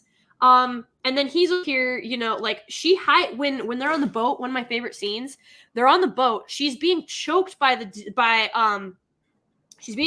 guy looking for the map, and he's got the, like, knife to her face or whatever, and she's like, what key? What? I have no idea what you're talking about. And he's, like, ready to kill her. Well, Rick shows up with the guns blazing, literally, like, takes out the bad guys, and Evie hides behind Rick as he provides cover fire to get them out of her room. Right? That movie would not even be made today. That movie is an excellent movie, and even that wouldn't be made today because she was hiding behind Rick. Yeah. Like, it's like insane. in the first arc when she's falling off the balcony. Yep. And he catches her. Yep, exactly. I don't need no man to catch me. Right? Okay, well then just shatter every bone in your body. That's fine. Fall on the ground head first and shatter your skull open. You ungrateful woman. Right? I don't understand this obsession with cucking. Like, if anything, because all these women are proving is that they are not strong women. If you need a man to diminish himself in order for you to appear strong, you're weak. Yeah, you were never strong to start with. You were never strong to start with. Miss Martin with the 99-cent rose. Mwah, whoops, clicked the wrong one. Muzzle, you dog. Miss Martin with her 99-cent rose. Thank you so much. It's appropriate since it's Tuxedo Mask. Yeah. Thank you, Miss Martin. It's ironic Mozza was here. Mozza, about an hour ago, we're talking about putting you in a birdcage. We're going to put you in a birdcage, Mozza. He's going to be like, what are you talking about? It's a long story. Birdcage. It's okay. You can suck the energy out of Lethal's dreams. I can see myself withering away as we go. Now, I think this is where the dream kicks in. Yes. Mm-hmm. It is. I also like how all the Guardians have a little flashback to the Outer Guardians and like how they learned from the Outer Guardians as well, which plays a role later on in the story as well. So I really appreciated this part. Sorry, Amy's dream, because again, a lot of this story is during the dream. Yep. Amy's dream, this first half, like I said, I think is weird. Like, because her parents aren't around much. You know, we know that. Again, long neck, very, very long neck there. Yep. Stands out in this volume quite a lot to me. So they're kind of like trying to play on their dreams. They want to find out, okay, what is your ultimate dream? And at the start, they break down their dreams. You know, Jupiter's like, oh, I want to have a flower and a cake shop and be married and all this type of stuff. Yeah, which is the reason everybody's so shocked when they find that out, is because she is probably, with the exception of Amy, who goes boy crazy, I think like twice in the entire series. Like Jupiter will like look and she'll be attracted to boys, but she doesn't trust anyone. Yeah. She trusts nobody. She admires from afar. Yeah, she doesn't trust anybody. Look at that. Yep. She doesn't trust a single soul. And so when you find out that her dream, because she was literally born to brawl. Like that's what Jupiter does. But when you find out that she just wants flowers and a bakery and a husband, and you're like, oh my God, this is the most. She should have been the one looking for the golden crystal. Helios should have showed up to Jupiter. I'm just saying. Just saying. Yeah, that would work, but then we wouldn't get all the weird, creepy body swaps. Yeah, so they all have their dreams, and Amy's is like, I just want to be a doctor, and then she kind of goes into it. This we're in a dream at the moment. This is in a dream. And she's like, Mum's not around, Dad's not around. I spend a lot of time by myself. A lot of these girls are actually very independent for their age, and I think that's fantastic. And so you see the fish on the postcard. That's a nod. You're supposed to okay, so is this fisheye who's invading her dreams? Is that what we're seeing right now? Like, there's these nods to fisheye throughout Amy's dream. And she, the first half of her dream is that she's creeped out that there's the fish there. That her mum is going to get a boyfriend and spend time with a dude. Like, why is this a bad thing? Why would this freak her out, especially at that age? This is weird to me. What is so creepy about her mum? So Amy at her age that she is, and her mum, still a woman. Because part of her dream is that her parents would get back together. So what is being shown right now is she's terrified that her mom will move on from her father. Yeah, she wants to be a family again. Yeah. So she wants them to be happy together. They're still, because remember, this is a dream, guys. They're still married. Her father is just out and about, and it's been very strenuous. And so she doesn't know she's not sure if they've divorced or not. But part of her nightmare is that they have divorced and her mom moves on. Or worse, she also says that her parents, don't have much in common and they don't talk much. Yeah. It was, I think Amy's parents were an arranged marriage, if I remember the lore correctly. That just makes a lot more sense now. Yeah. So, but she loves them both. They're both her parents. She loves her dad and she loves her mom. And, she just wants to see them together again. And so part of her nightmare is either they got divorced and her mom's going to move on, or worse, they're still married and her mom is going to betray her father. What a interesting comparison, though. You got Mercury over here being like, I just want mom and dad, be happy with each other. That'd be fantastic. Mom and dad spending time with each other. That just sounds great to me. And then you got Rini being like, oh, I wish I was in my mom's body so I could fuck my dad. Yep. Okay. So I could have everything that she has and more. Because, guys, at this point, that's what be like Serena, Mercury, not like Rini. Right? Be Mercury, not Rini. Guys, that's what she was getting at when Serena is like, I really wanted to, tonight was supposed to be the night we were supposed to take it to the next level. And now we can't. That's what she was talking about. Rini has effectively cock-blocked her parents again. God damn. She's got 900 years to do that. Don't do it before you're born. Right? Okay, so no, this actually makes way more sense. And then they also play on the whole fact that, hey, look at your best friend. She's happy. Sucks you can't be like her. Hey, I love the dream manipulations, her, get in your head and be like, hey, your friends suck. They kind of try to turn everyone against each other. And this, I thought, was so dearly needed. We talked a bit about how Amy's not very boy crazy, but you know, they're trying to get into her head, being like, imagine if you had a boyfriend that was head over heels for you, how much would you like that? And she's like, yeah, that would be nice.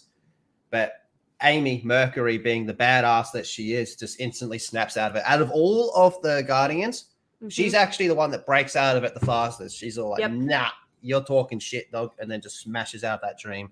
Yeah, and they all because the thing get is, the power buff they so deeply deserve and so need. Like in that part right before she breaks out, when she's like, my dream is to find anyone who will love me.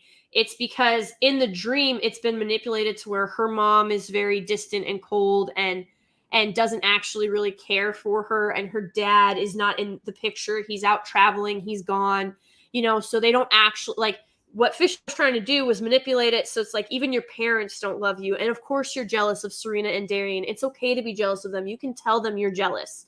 And like, but Mercury's not jealous. She's not. She wants to see her parents happy, and she wants to be a doctor so she can go and help people and be kind to them and show them compassion and care, because she doesn't at this point. It's not that there isn't a man who she wouldn't fall in love with. It's that is not her current dream. She loves her friends and she loves her parents. And she wants them to be happy. That is her dream. Mercury. Yeah. So when Fisher tried to come in and say, "Oh, it's because you're lonely. Your parents don't love you. You don't have anyone that loves you like Serena and Darian, and so you're jealous of them." And she's like, "No." She's like, "But I'm not. I have so many people in my life, people I love and cherish." So she's just instantly being like, "Nah, you're full of shit." Yes. I have so much more love that I want to give them. I want to protect them. That's why I study. That's why she's becoming a doctor. So she can guys, they get brutalized in these fights. And Amy is the one that's bandaging them up. But there's only so much she can do. And so she's like, if I can become a doctor, I can help them in a whole other set of ways. They get their buff and she gets her harp. Oh, this is something we totally skipped over. All their new weapons, the harps, the kaleidoscopes. Yes. They can talk. Well, it's not like they have lips and they're like, yap, yap, yap, yap, yap. But they're basically alive. Like they can communicate. Mm-hmm. I really like that. I do too. Fuck yeah. Not something that's like super touched on in the anime either. Like at all. No, I don't think they even mention it. Yeah, they don't at all. They're just objects in the anime, which is really sad because that's a very intriguing perspective. D-Day Direwolf. All right, man. You take care. Thank you so much for the $2. This was fun. We're having a good time, and thanks for being here. Appreciate it. Thank you, sir. Now, I know what he's like. He'll come back and watch the rest of it, probably in bed. What a sweetie. He's good. So shout out to everybody being here. You know, yes. We like to rant about shit that's bad, but sometimes it's good to enjoy shit that's good. Mm-hmm.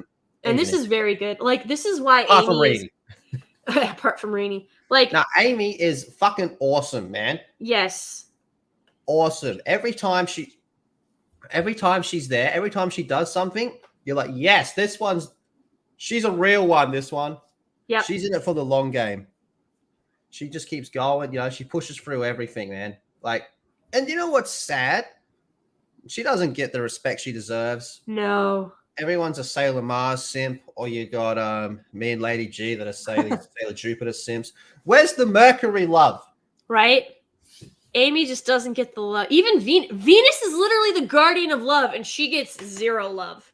I know, right? There's I very rarely see Mercury or Venus simps. Even when I would go to like Sailor Cons, there was like everybody was Mars. And then I would see you would see a ton of Sailor Moon, and you see a ton of Princess Serenity, and you'd see, but the majority Sailor Scout you saw was Sailor Mars. I think I saw like Sailor Mars is for basic bitches. I think I saw like maybe 2 or 3 Sailor Venuses, and I've only come across one other person that cosplayed as Sailor Jupiter. That's it. I don't think I've ever seen a Sailor Mercury.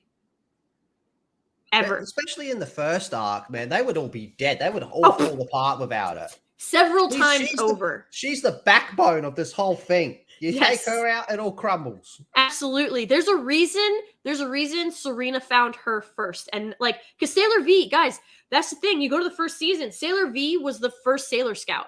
Venus was the first one. But Serena did not find Venus first. She found Mercury first. Because without Mercury, Serena would be dead several times. Multiple times over. The whole team falls apart without her. Mercury, you don't get the love you deserve. Not at all. We love you, though. Yeah. Fuck off, Rini. You know, look at this. Page comparison. Based. Trash. Oh, man. So, yeah, that's pretty much her whole fight scene. They all get their power buff as well. Fuck off, Chibi Moon. See, this is what I mean. Like, that whole body swap thing didn't mean anything in the end because they transform there and it's all over. They're all back in their own bodies. They transform and it breaks the spell. And you're like, what was the point other than finding out that Rini is definitely not pure of heart? Yeah, far from it. You know, if future Sailor Moon and past Sailor Moon ever talk, past Sailor Moon should go up to her and be like, dude, our daughter's fucked. Ugh. And then future Sailor Moon would be like, yeah, why do you think I sent her back? Gosh, it's just ridiculous. Oh, Snacks and Comics for Taylor says, what's up, weebs? I am not a weeb. Snacks. How you doing, Snacks? Good man, him. Good man. Yeah, so that's pretty much her whole little situation there. And they all kind of go through it. They all have one at a time as well, but then we get more fucking Helios. And Rini B's a little fucking bitch and runs away because Helios is like, oh, maybe Sailor Moon's the maiden I'm looking for. And then Rini just freaks out and does a runner. That's her answer to everything. Cry and run away. Now, don't get me wrong, you know, her mum's a bit of a crybaby. Not so much anymore, but not to this extent of just run away from everything. You know, at the start, Usagi was very just cry and run, but you know, she grew up. But she was actually a 14-year-old girl who was terrified. She was actually a child. Like, not a 900-year-old fucking incest fantasizing weirdo. Yeah, and like, look at this. Again, you just see the incessant need of Rini to be the center of everyone's universe. She's like, I'm not the one that he needs. I'm not the one he's looking for. I knew the moment he started describing her that it was Sailor Moon and not me. And I'm like, bitch, get over yourself. Like, you are literally a side character in this story. It's called Sailor Moon, not Sailor Mini Moon, for a reason. And thank God for that. But freaking this just perfectly encapsulates in two panels. In these two panels, you see exactly what Rini's motivation is. It's not to help people. It's not because she loves her friends. It's not because she loves her family. It's not because she doesn't want other people to suffer. It is literally because she wants to be the important one. She's already the freaking princess of the earth and the moon. And that is not enough. And she's a super sailor. Yep. She's a super sailor scout. She has the ability to touch both the silver and the gold crystals. She's the princess of the moon and the earth. She will one day, assuming that Neo Queen Serenity and King Endymion step down because they are technically immortals now, she will eventually rule Crystal Tokyo. None of them, not a single solitary one of them is good enough. Like, it's not good enough because she's not the one that everybody needs all the time. What a scary thought of her being the future queen. Right? Like, this is who you're going to leave. This is who you're going to leave the earth to. This is. And what about going, oh shit, Mercury, are you okay? Right? Like, nah, none of that. Oh, by the way, I noticed that you have a harp now and it talks. Yeah. That's pretty cool. Yeah, you got a power buff too. That's awesome. So what just happened? Do you want to tell us about that attack that just happened on you? You know, because you literally just got assaulted. Do we want to talk about that? Instead, it's, nah, a fucking flying horse doesn't like me as much as I thought it did. Fuck you, Rini. You shit. Yep. This has turned into another Rini hate stream. It has to because she is like the center of the storyline and she doesn't need to be.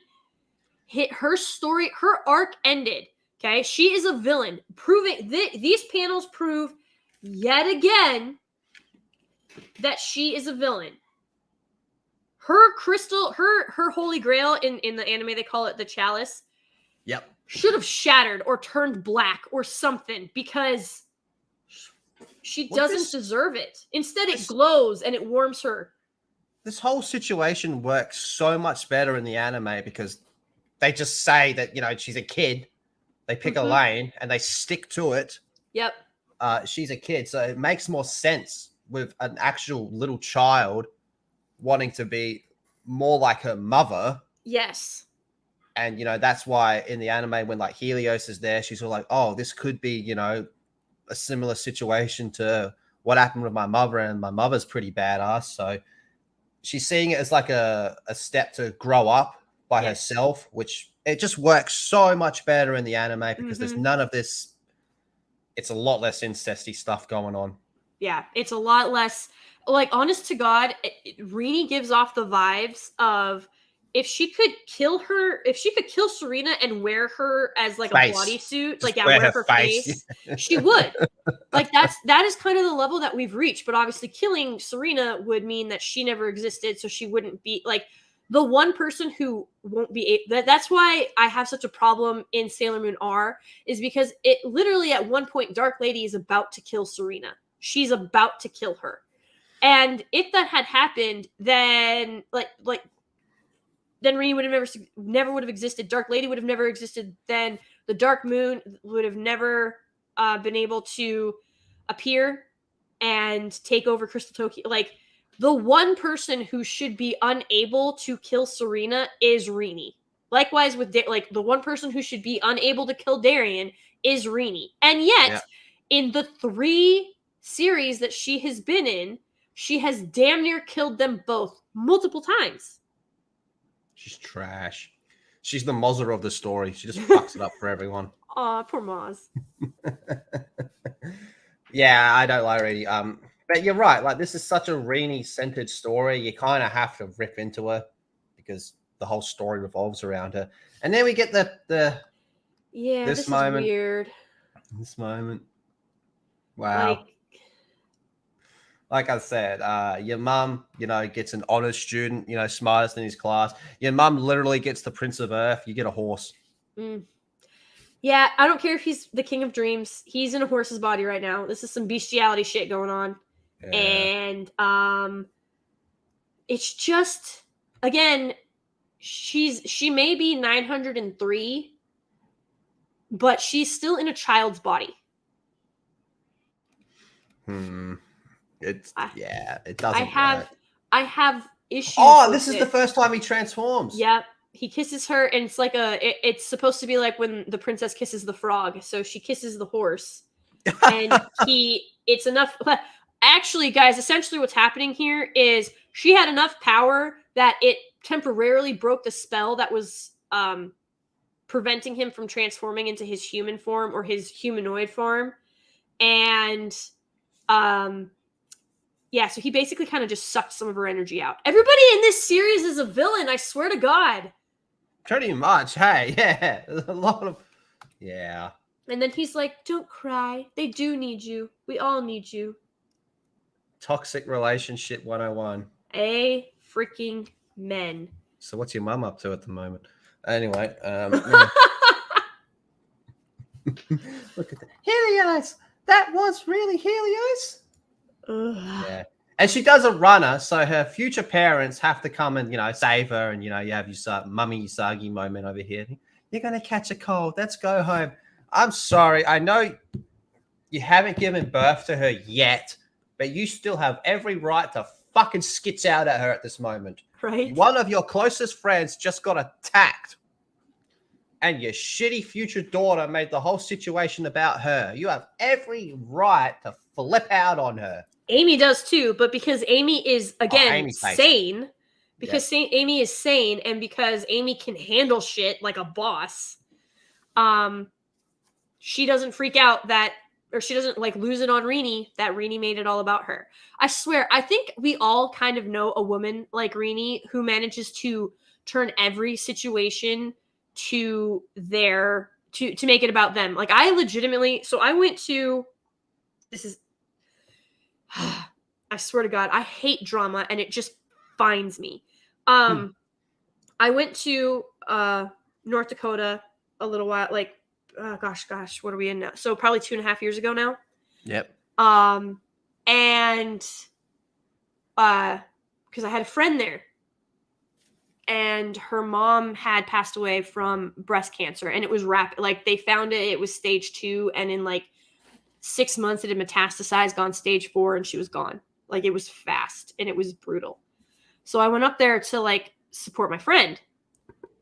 And, you know, I was going back and forth all the time already anyway. And I was like, yeah, it's not a problem. I come to the funeral and I shit you not.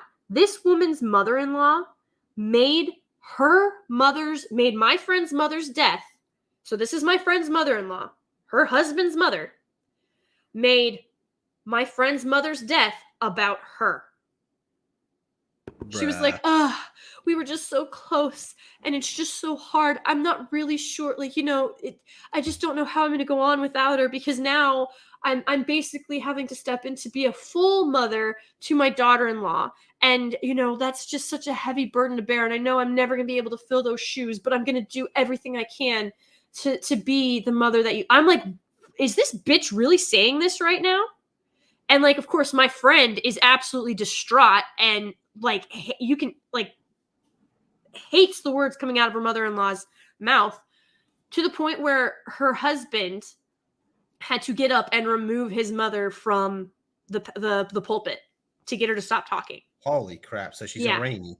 It was pretty much, yeah. It was like, just, oh man. Okay, bye, Babylon Collective. You have a wonderful evening. But yeah, like my friend, I actually spoke to her recently, about a month ago, and she has not been to see her mother-in-law in a hot minute.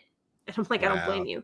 But that's like, I didn't even know this woman, and I was looking at her and I was like, I am about to slap you off the pulpit if someone else doesn't, because how dare you get up there and say how hard this is for you, and you don't know how you're going to possibly take on this responsibility. Like, who looks at another person in a casket and is like, I'm going to do everything I can to be the person you were, but better, even though I know I'll probably fall short, but by God, I'm going to give it a try. Like, what is wrong with people? So yeah, these kinds of people actually do exist, and they're insane and toxic and should be locked away in a birdcage from society. Why can't Rainy go join Helios in the birdcage? Yeah, Rainy, you're getting in the Mozzle birdcage. We're locking you in the birdcage with Mozzle. I'll teach you. Speaking of the birdcage, there it is. There it is. So yeah, this is when we see that he's physically trapped, but can like project himself. And you look at that, come on, you can't tell me that's not very Barrel-esque. It is very Barrel-esque. The Helenia is very much a callback to Barrel 2.0. Yeah. But see, she's even like, you broke my binding curse. And it's like, like, she goes, I'm impressed. Yeah. But really it was Rainy who broke the binding curse. Fucking Rainy. She's fucking it up for everyone, even the villains at this stage. It's just, Barrel. Very Barrel. Yes. But also, like, but very badass. We're definitely getting, I noticed the further we get into the series, did you notice Nelania's hairstyle? She's got the dumplings on her head as well. Yeah. So I didn't notice that. And so what Nelania is actually supposed to be, where Beryl was, here's the thing, Beryl was never actually Serena's enemy. It was her mother. Beryl was Serenity, the OG Queen Serenity's enemy. Yeah. And Serena had to finish what her mother started.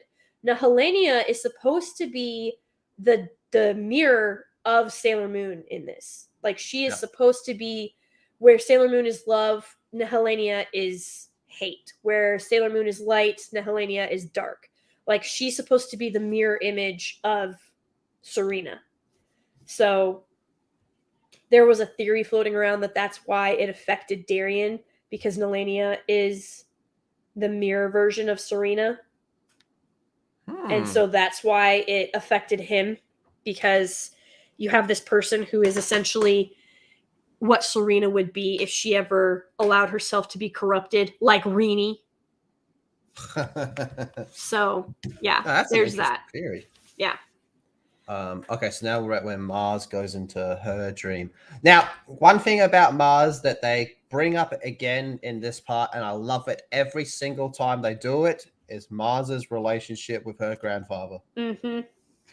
Mars's dream at the beginning was she just wants to take over from her grandfather, and I think she says she wants to become like some high priestess or something like that. Yep.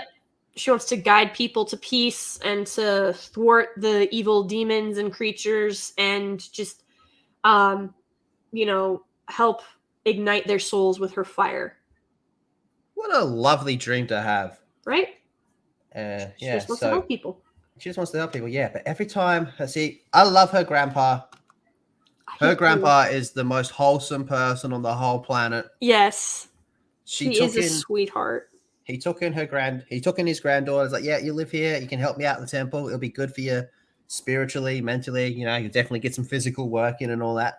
But remember when she's first introduced and she brings Amy and Usagi over and he comes out, he's like, oh my God, friends, your age, other girls. This is awesome. This is the happiest shit I've ever seen. Like he even says in this, he's like, nah, you're going to leave here one day. You're going to go out into the world. I don't know when. I don't know where you're going to go, but your place isn't here. I'm like, this is the sweetest, kindest, wholesome man on the whole planet. And there's a filler episode, I think in season 1 of the anime, where he gets sick. It's heart-wrenching. Yes. And Rei is like, she's a wreck as well. She's like, I can't fix him. Because like none of her usual powers are working. And so that's when she's like, this has to be the Negaverse. Yeah. I really like Grandpa. Look at him. He's a sweetie. He's too kind. He's too kind for all of this. He doesn't deserve any of this bullshit. He does not deserve to be on the same page as Rini. Nope. Oh, man, it's so good. Yeah, so anyway, she goes into her dream. Now, her dream's interesting because they actually go to the opening day of the Dead Moon Circus because this is a physical circus that's around as well. Yeah. And they go in on day 1 of the opening and all that, and like, okay, Mirror House. She goes in there, and it all starts to fall apart. It goes pretty bad, pretty quickly as well. Really quickly. And she kind of gets fucked up. She like Amy's the one that breaks out this whole thing the quickest. Ray gets munted, man. Yeah. And she has another dream as well. A lot of these dreams that they have involve, you could have a boyfriend and all that type of stuff, which I guess, no one really wants to be alone too much, I guess. No, and I remember these girls are in high school, so they're going to be more boy crazy. And Ray and Serena, and Venus is literally the guardian of love, so of course she's going to be boy crazy. But of all of them, Ray and Serena are the most boy crazy, which is kind of funny when you think about how serious Ray actually is about certain stuff. Oh yeah, she just, I don't want to say hides it. She's just not so over the top with it constantly. Mm-hmm. But her explosion of boy moments more than make up for it. Oh yeah. She'd be like, dick. But yeah, and here where she's like, it's exhausting having to slave away for Usagi and save her all the time, and I have to hang out with the other Sailor Scouts. And then she's like, wait a minute, that's not true. Like the thing is, these manipulations would have worked if they hadn't pushed them so far so quickly. Yeah. If it had been a series shout out of Luna. Dreams, yeah, shout out to Luna. Like if it had been a series of dreams, it probably would have worked. But they tried to do it in one fell swoop.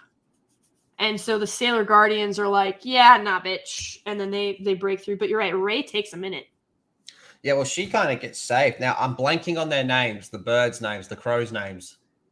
Oh, wait, no, she's about to say them right here. Yeah, Demios and Phobios, is that how it's pronounced? Yep. Phobios, yeah. So they're her birds that follow her around, and they kind of manifest as like inner spirits to talk to her as well, which makes sense given Mars's character and all that type of stuff. Mm-hmm. And honestly, of all the power buffs, and they all get new weapons, I think hers is the coolest and the best one. Yeah. And the most fitting as well.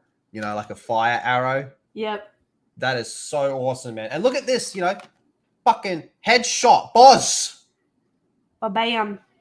You can see him exploding as well. Mm-hmm. Like we've said it a few times, the manga's a lot more violent. Yes. You see, like, basically getting a fire arrow through the mouth and out your spine and exploding. Not bad at all. So yeah, that's pretty much her whole dream as well. And it kind of goes into a little bit more with the curse that's on Derry and how he's starting to get a bit more fucked up. Mm-hmm. Booba.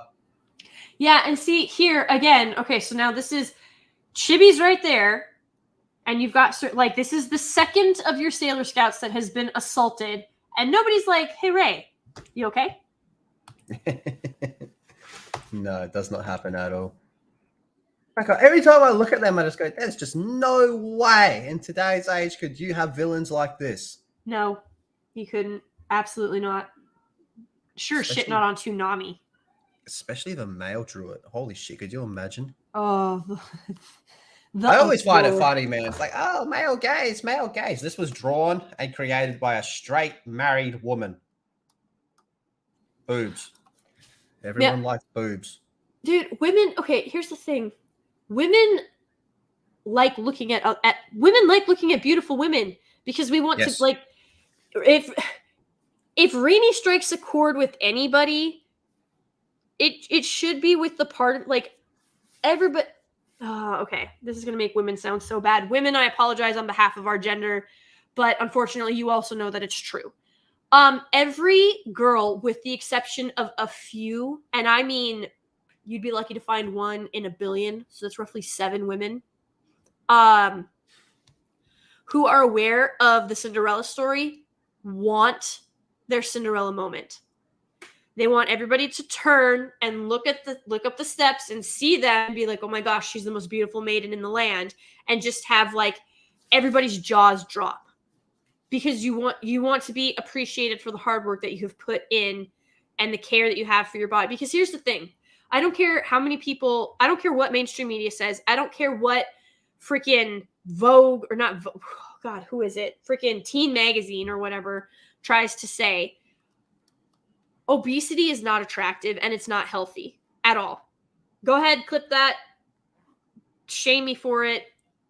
Whatever it may be.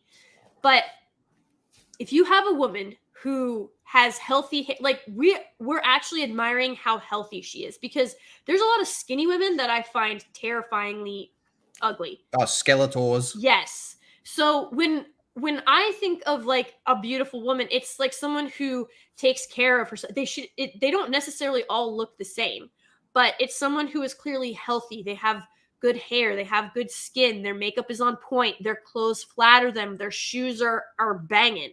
Right? And they carry themselves with grace and poise. And there is this element about them that when they walk in, it's confidence, but it's something else too. And it's something that you have to sort of master. It takes time, but it's the ability to walk into a room and not allow anybody else to sort of run you over. It, like, you show up, you've brought your own light into the room, and you're going to just let it shine as much as possible, and hopefully, it encourages other lights to shine as well. And so women take note of that. Women look at that and they're like, oh my gosh, okay, so her hair is like this and her makeup's like this, and what's her skin routine? And clearly she exercises because she's fit. She doesn't have flaps of skin hanging everywhere. So women like beautiful women too, but it's so we can sort of take note and be like, okay, so this is how she did her hair. I wonder what her hair, like what she uses to make her hair look that good, or is it her diet? Maybe I could change up my diet a little bit. So it's not so much that we even want to be that particular girl. It's just, we notice that she's clearly the best version of herself right now, and we want to be our best versions of ourselves as well. And so we're like, dang, okay, what about this makes me go, wow? And can I take that lesson and apply it somehow to me so that I can have sort of that wow moment and encourage other women and girls to have that sort of same confidence boost? You know what I mean? Well, I think another way to look at it And you're completely right, 100%. But I have a simpler way. Everyone in the world likes boobs. Yeah, that too. Yep, straight women and gay dudes all appreciate boobs. Everyone likes boobs. I think if everyone just came together and talked about boobs more often, there'd be a lot less problems in the world, and certainly no more wars because we could all appreciate boobs. Good friends, good food, good drink, and good boobs. Apparently, good boob. Exactly. That's what it all comes down to. That's what Bilbo. That's what Bilbo left off. Every woman on the planet has the teeniest, some more than others, but every woman has a little teeny part of lesbian in them, because a straight woman can look at another woman and go, those are some nice boobs. Yes. A straight man looks at another man and thinks, I hope you get hit by a fucking car. Oh, okay? Girls think that too. Think that too. Like if a woman shows up and she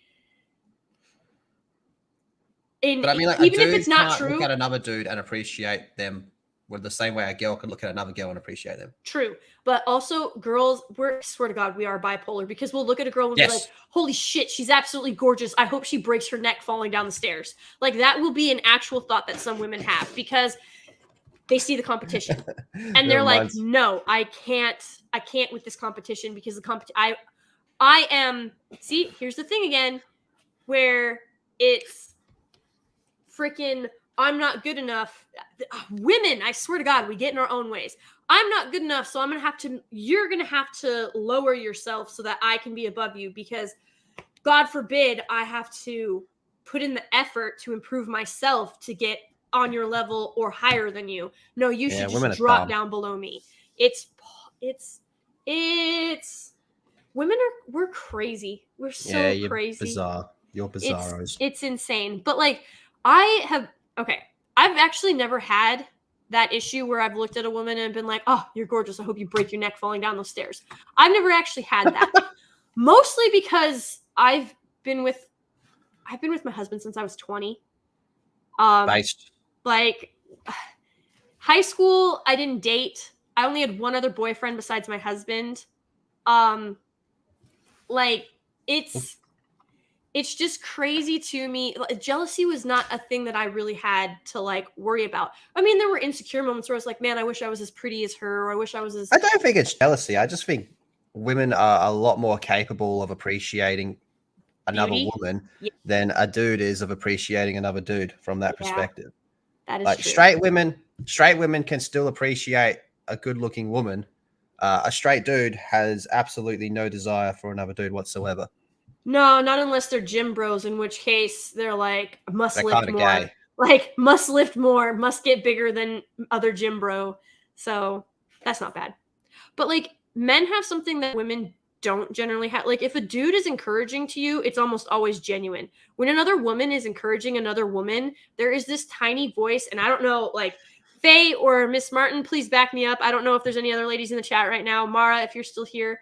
When a woman is getting encouraged by another woman, there's this little voice in the back of your head where you're like, does she mean that? Does she actually mean that? Or is there some other ulterior motive around? Yes, Miss Martin, exactly. Like, is this a genuine encouragement, or is she trying to manipulate me or get into my head? And then we get into our own heads, and it's a bloodbath in there. It's bad. It's so bad. Women are emotional wrecks. Maybe I was too harsh on Reenie. No. We're being exactly... Reenie is a psycho. Like, but this part highlights that completely, because she has this moment here where she's like, all right, I'm going to stop getting in the way between you two. You'd be like, oh, has she come to the realization that she needs her parents to, be her parents? No, it's not that at all. It's just that she has some other dude now. A dude who kissed her. And she was Reenie's powerful. A bit of a slut. She, like, the minute that there was... That's what I'm saying. It wasn't that she was in love with Darian. It was that she hadn't found anybody that made her feel the way she knows that Serena feels about him. And it's weird. Darian feels about her. And now that Helios kissed her, she's like, oh my God, like, she actually touches her lips and she's like, was that really Helios? Like, and now she's like, just like that, her obsession switches from Darian to Helios. So this is not a girl who has come to the realization that she can be happy. She can live her own life she can be happy and her destiny could be as great, if not greater than her mother's, if she would get out of her own way. Nope, it's because a boy kissed her and she was able to see him in his boy form. And now she suddenly doesn't care about her father, who is literally on his deathbed for all she knows. Yes, very true. They both know that he's very sick. We get away from talking about Booba and Booba back. A lot of Booba in this one. Lots of Booba. Yeah, here he is. Here he is there. He's all... Oh, I love this page. Guess who gets an appearance? Yes, his knights. The boys. The boys are back in town. Sadly, boys. just in his dream. Oh, man. This part reminds me of how based he was. He was the ultimate wingman. Mm-hmm. He was like, guys, I know some princesses. I'll hook you all up. What a legend. Absolute. He is the ultimate bro code enforcer. He wrote the bro code. Oh, man. But, like, part of me thinks that, yes, there they are, the four kings, the Shinat. The thing is, part of me thinks that the reason that Amy isn't super boy crazy is because out of all of them, and again, you don't get it in the anime, but in the manga, like Amy, her relationship with her knight was the most solid out of the four. Like, yep. When you look at it, she's like, the other ones are standing like next to their knight. So you've got Venus, who is like standing there next to her. Jupiter is standing there and they're like back to back. And you've got Mars and they're standing front to front, but they're sideways. But like Amy is actually embraced by her knight. Like he's holding her. So to me, anyway, it just body language wise, they're the most solid. Hear me out. Side story about their space adventures before it all went to shit. Right? I so badly, when this all resolved, I really wanted them to like come back and slowly remember who they are. And like Darien finds them and then the Sailor Scouts and his knights, they get together again, you know? That would have been nice because they deserve love too. It also would take care of those pesky dreams. Yeah, it's just good to have the boys all back. And they're all like looking at him. I love this page. This is exactly what it's like. One of your friends had a little bit too much to drink one night and you'll just stand over him going, bro, you're fucked. And here he is coughing up black blood, which is pretty bad. That's one of the best pages of this whole volume. Especially when they're like, it's not something that we can heal. They're like, we're here, we're with you in spirit. Like, we're fighting for you. We've never left you. We're here to defend you. And there's nothing we can do for you in this instance. Like, we actually don't have the power to heal this. Which makes you wonder, how many other times was Darien injured as either Tuxedo Mask or Prince Darien that they saved him? You know what I mean? There is a whole... I would kill... I mean, not right now. Like, please hold off because I don't need you to cuck Darien and the Knights. But I would absolutely love to see a POV of this series from Darien. Oh, shit, yeah. That would be awesome. Not right now. Isn't there a part in volume 2 where he talks to him? Yes. Because he's got all the gems and he talks to him and all that? Yeah. He brings them back to see them. Yeah. Yeah. He misses his boys. Yep. And yeah. Oh, this is when she goes to visit him. He's like, hey, you're looking really, really sick. So I thought I'd come over and visit you, you know, like good on her. And he's like, look, I'm sorry, but I just need to lie down. I'm fucked. And then, the black blood and all that type of stuff. Yeah. I felt bad for Usagi in this moment. You know, she's being all wholesome. She brings soup and, she's trying to take care of him and everything. And he's like, no, you like literally can't see this. And I think part of it too, he's trying to cover up how bad he is. He's super protective of her. So one, he doesn't want her to worry because he knows he'll be a distraction. And two, he knows that there's a possibility because he doesn't know what this is. And he doesn't want to hurt her. Like, get her sick with it too. Because then they'd be up in really bad shape. And this is at the part as well where he's like, he's saying to himself, he's like, I can't keep up with her. She's Super Sailor Moon and I can hardly walk. Yes. If something happened, I would just get in the way and potentially get her hurt, if not worse. Which I still maintain is the Dead Moon Circus manipulating him because he is actually quite strong and she needs him. So also, can we just pause for a second and talk about how dumb do you have to be I'm sorry, but like the lack of common sense from all of them in this series really just irks the ever-loving piss out of me. Because you are from the Silver Moon Crystal, the Crystal Palace, the Moon Kingdom. You are the Princess of the Moon, and you're going to go to a circus that is called the Dead Moon Circus. Like, what? Why?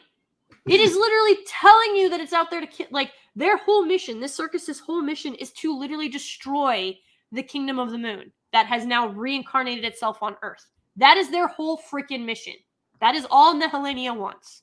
She wants to take over dreams and take over and turn them into nightmares and destroy the Moon Kingdom, which would be the beacon of hope that allows good dreams to happen, which is why she needs to find the golden crystal so she can corrupt it. Just blah. Or, hear me out, we don't do that. We just go right in. Yeah, no, we're going to walk into a place called the Dead Moon Circus.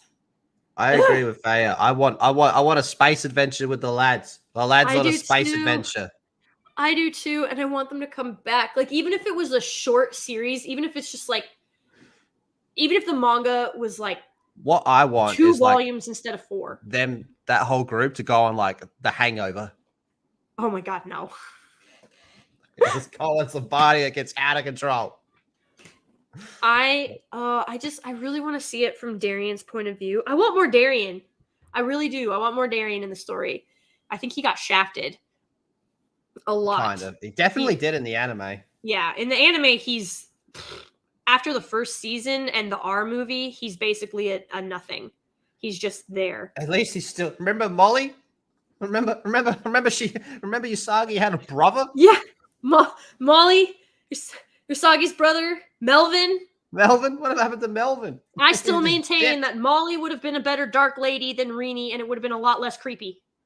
Oh yeah, it would have fixed that whole story arc there and then. But yeah, a lot of characters definitely get dropped and shafted. Now I kind of see this as like every time something like this happens, it reminds me of like I think Dragon Ball Z is the one I always go to, where the story progresses to a point where a lot of characters become useless. Mm-hmm. Like a character like Usagi's brother would just be pointless at this stage in the story. Yep. Like how in Dragon Ball Z, someone like, Yamcha is the best example. We're out here fighting, as Super Saiyan gods. We're fighting other gods from other dimensions and other universes. It's like, yeah, remember Yamcha? It's like, well, what the fuck can he do in this situation? I know, right? Oh, man. Because you can't even have, like, the wise old... Like, Yamcha wouldn't even have been able to be, like, the wise old master. Nah, he's just a dickhead. Yeah. Oh, man. So, yeah. Faye, you're onto something. I love it. Let's do it. No, I think they need a hangover type story. Space Adventure Hangover.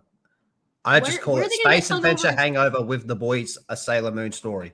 Where are they going to get hungover in space? They'll find somewhere. It's going to be one of those days where we're like, right, we're getting away from women for a weekend. We're turning off our phones.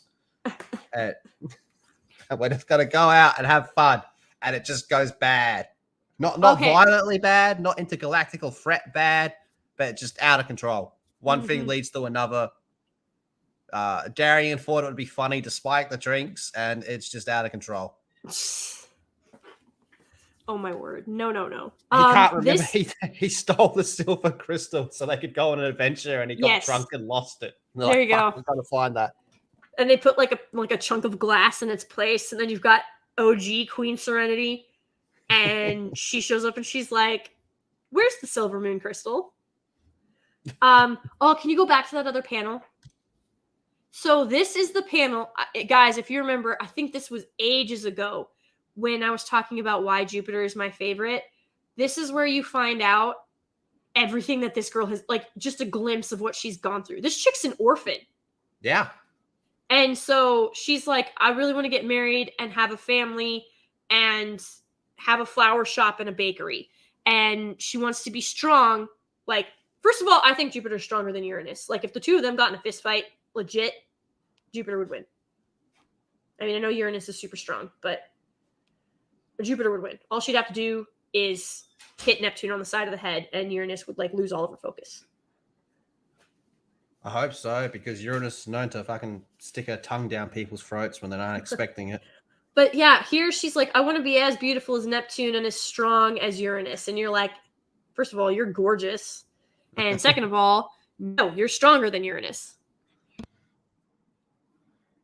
It's good though the way they remind you of how young she actually is, living by herself this whole time.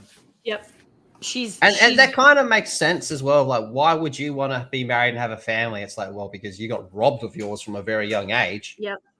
So, she just wants other people to be happy, hence the whole cake and flowers and all that type of stuff. It's girly stuff, but, it's coming from a place of happiness. Yes, and it makes complete sense for her, because at first you're like, why would Jupiter want a bakery? And even, she can cook and she can bake and she's really great at it, but a flower shop and a bake shop? Like, why would she want those things? And then you're like, oh, it's 'cause she's an orphan and she wants to make other people happy because she knows what it's like. Whereas Amy's parents are there, but they're not really present. And Ray has had her grandfather as sort of her father figure. Jupiter has nobody. She's literally on her own. Poor girl. You gotta feel for her, eh?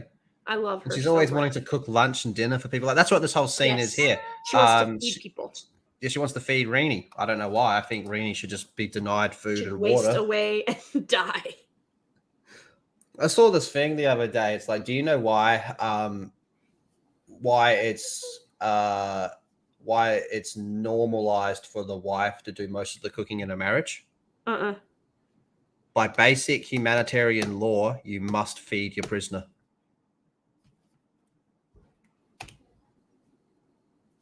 You cut out. I'm sorry. What'd you say? Basic humanitarian. By basic humanitarian law, you must feed your prisoner.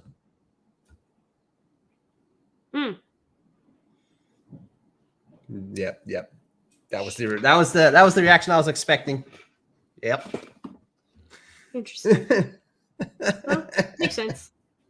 All married men are hostages. Pretty much. I mean, that's the thing. Like, they say the way to a man's heart is through his stomach. Really, if you just get him fat enough, he won't have the energy to go anywhere. Yeah. I'm just kidding. Henry VIII taught us that, I believe. Another long neck. Yeah. We're all about the very stretched out necks. Yeah, faux show. Phone home moments. All right. So this is her dream here. And, of all of them, I thought Jupiter's was kind of the most basic one, in all honesty. But like, it's sweet because she's not looking for glory or power or, anything. Like, she just wants to protect people and make them happy. Yeah. And it's the simple things in life that make us happy and and bring us comfort. And she just wants to give that to people.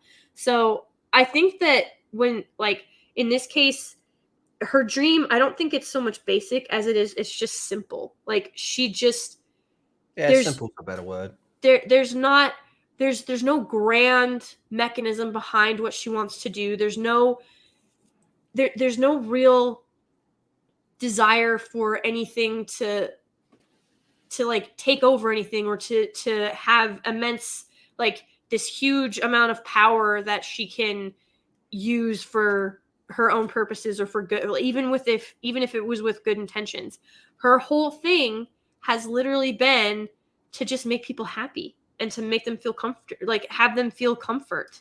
That's also why she wants to be even stronger as well, because she's like always punching on with people because she just wants to protect people as well. She comes across as a very hard exterior, but maybe the softest interior of all of them. Yes, and I love that she gets a tiara. Like, I know it's technically an oak leaf tiara, but like, I love that she gets a tiara for her power up. I think that's so cool. Because they all have their Sailor Scout tiaras, but like, her tiara clearly stands out, almost like when Serena's crescent moon shows up. Yep. So I really do love that Jupiter got this. Then we have another moment of Renee not giving a fuck that someone else almost died. Yep. But this is where he starts to get really sick, and they see him coughing up black blood as well. And makes sense she would freak out. But guess who doesn't freak out? Look, she's more worried about Helios in this part, whereas Usagi's like, fuck Helios. Yep. Dude, my boyfriend, your future father is coughing up black blood. Do we want to talk about that? Oh, Helios called me a maiden. I like her. Don't like her. Now, we'll fast forward a little bit because we're getting towards the end of all of this. But this is where there's a lot of I guess you'd call this an exposition dump. Yes. Where he comes down and explains that he's the priest of Elysium and how it's all connected. So it's like, I'm dying, Darian's dying, Earth's dying, Elysium's dying. We got to find the golden crystal. Everything's going bad real quick. And you're probably going to die, bro. You're probably going to die. And so am I, unless we get all this sorted. So yeah, that's a thing right there. And I'm your guardian priest. Good. So we have remind everyone that he's actually royalty. But now this is where we get the Black Rose as well. But this is where we start to get the a very interesting transformation that happens during this part. So they've all had their dreams except for Venus. And, Venus has always wanted to be a pop star, movie star, a celebrity in general. And if there was a certain Dead Moon Circus that was auditioning people at the moment. And, that's what's going on at the moment. Based Usagi, no, I'm going to stay here with him. Yep. He's all like, Rini, again, not giving two shits because now she's not obsessed with her dad anymore because she got kissed by a horse. Yep. Moved on to the next one real quick. Yeah, so Venus in this one, she has hers isn't really a dream low. It's like she's actually physically there. Yep. Because she still can't transform. But she talks about what her dream is. Her dream's to be a star, musician, just general celebrity. And she gets scouted at the Dead Moon Circus because the Dead Moon Circus is here to stay. They're actually buying buildings. Yep. And they've got their own modeling agency and all that from the Dead Moon Circus, Dead Moon Enterprises actually. But so she goes to the audition. There's a shit ton of girls there, and it's very quickly turns out they got children hostages. It very quickly goes south, real quick. And it's on, and the other guardians come to help her. And as she's falling, she still can't transform. But someone else does transform pretty soon as well. And that, of course, is Artemis. What did you think of the Artemis transformation? Again, just proving that he's a better guardian than Luna. We're about to get to the transformation, but I agree. Artemis is the superior. This final chapter, though, I'm very curious on your thoughts because I thought this was the best chapter. I agree. I think this is by far. It doesn't save it by any means, but it is. What I like is because we're dealing with the Outer Guardians and how they're raising a reincarnated Hitaru. Yep. And they're talking about how because the whole thing's been about dreams. What is your dream? Whereas these three are like, we're living our dream. We're all together. We're happy. We're raising Hitaru. The whole eclipse thing has passed. Her potentially ending the universe. We're past all that. We're just at a very happy stage. We're living the dream. And this whole chapter's like, yeah, but you got to wake up from the dream because shit's about to go real bad. So that's kind of the whole point of this. They have she's got two, technically she's got three mummies, but they still kind of call Uranus daddy because daddy's the top of the relationship between these two. By a long shot. Really quick, D-Day Direwolf for $5. Thank you, sir. Says Lady G is based. Well, I appreciate that. I've been pointing out a lot of toxic female behavior in chat and how Chibi reminds me so much of women I've ran into in the past. Back, by the way. I see that you're back. Welcome back. Happy to have you back. And unfortunately, Rini is a lot like women I have actually known in real life, but kind of to the extreme in a lot of cases. Though there's several women who I think would probably match Rini's. Yeah, they would match Rini's energy, if not rival it. There's a lot of toxic femininity is real and it's a problem. I mean, I think a lot of people's eyes have been opened after this whole Depp and Heard thing, and now finding out that like all this stuff that Armie Hammer was accused of is coming out to proven to not be true either. And you've got Will Smith and Jada, and I would even go as far as to say, what is his name? Harry. You're Australian. You know who the royals are. Yeah, I'm not English. Harry, Meghan. I'm thinking of Meghan. Yeah. So like, she is clearly not all that and a bag of chips, and she's a few bolts short of a nut. But yeah, I think part of the reason I love this story so much is because Serena exemplifies the very best parts of femininity and what it means to be a woman and to nurture and cherish and care about the people around you. Yeah. And that's something that just doesn't work as well with male characters. Yeah. Not at all. You can still be nurturing and caring by all means, but it just not doesn't to that work extent. as well. Yeah. Like one of my all-time favorite movies is Alien. And it really wouldn't matter if the main character was a male or female, but it works so much better with it being a female. Yes. Because throughout the movie, she's one of the characters saying, dude, fuck this shit. Whereas all the other males like, nah, we got to track it down and trap it and all that type of stuff. And like, do you remember the part right at the end of the movie where she goes back to save the cat? Yep. That would be kind of silly if it was a male doing that. Yes.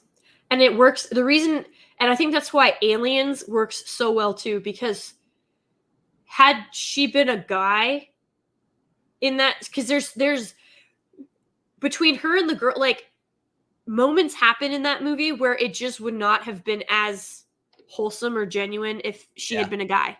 I agree completely. I've watched that movie a million times. I went and saw it in the cinema a year or two back when they played it. Nice.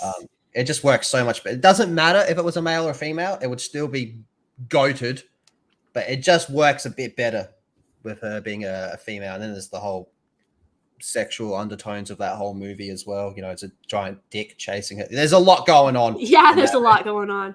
That's another thing. But what I really like here is we have the Guardian of Time. Oh, bro, motherhood is killing me.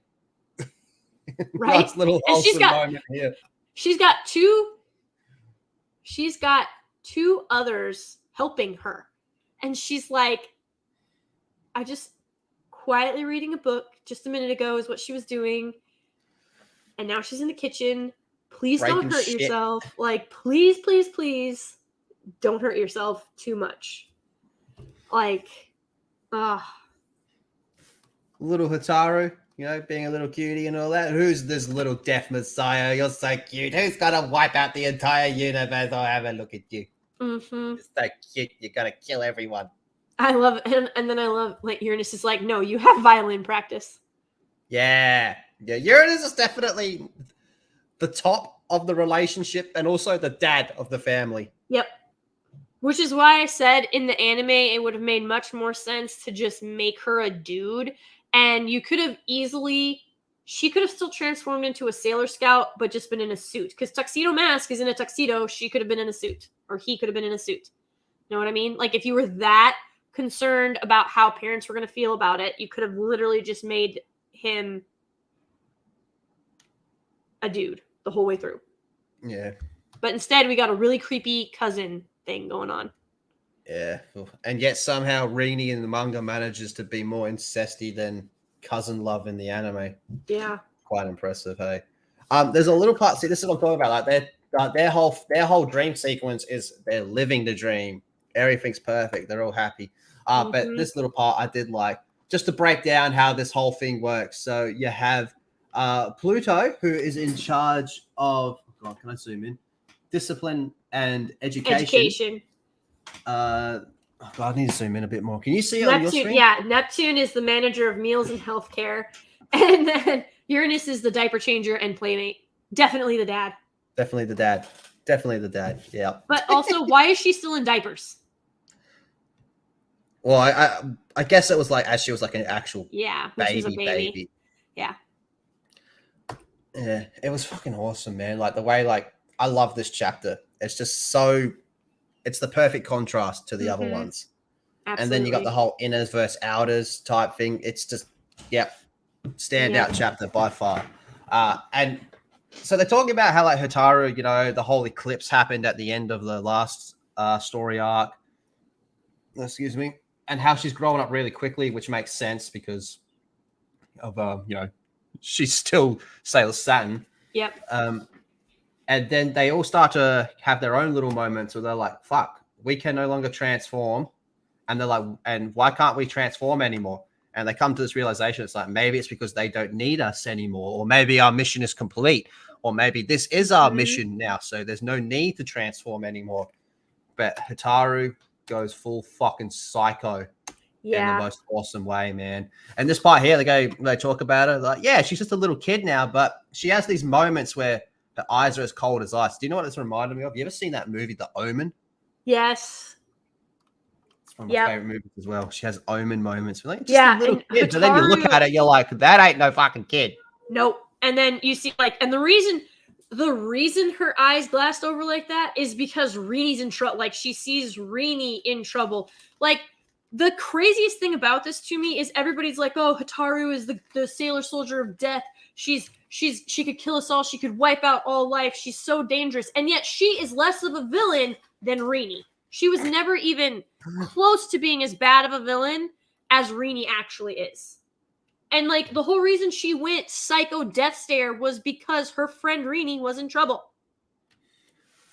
This part in the Eternal movie is awesome. The way she can replicate. She does like a simulation of the galaxy and like ages up everything to the point where it's at the time we are now.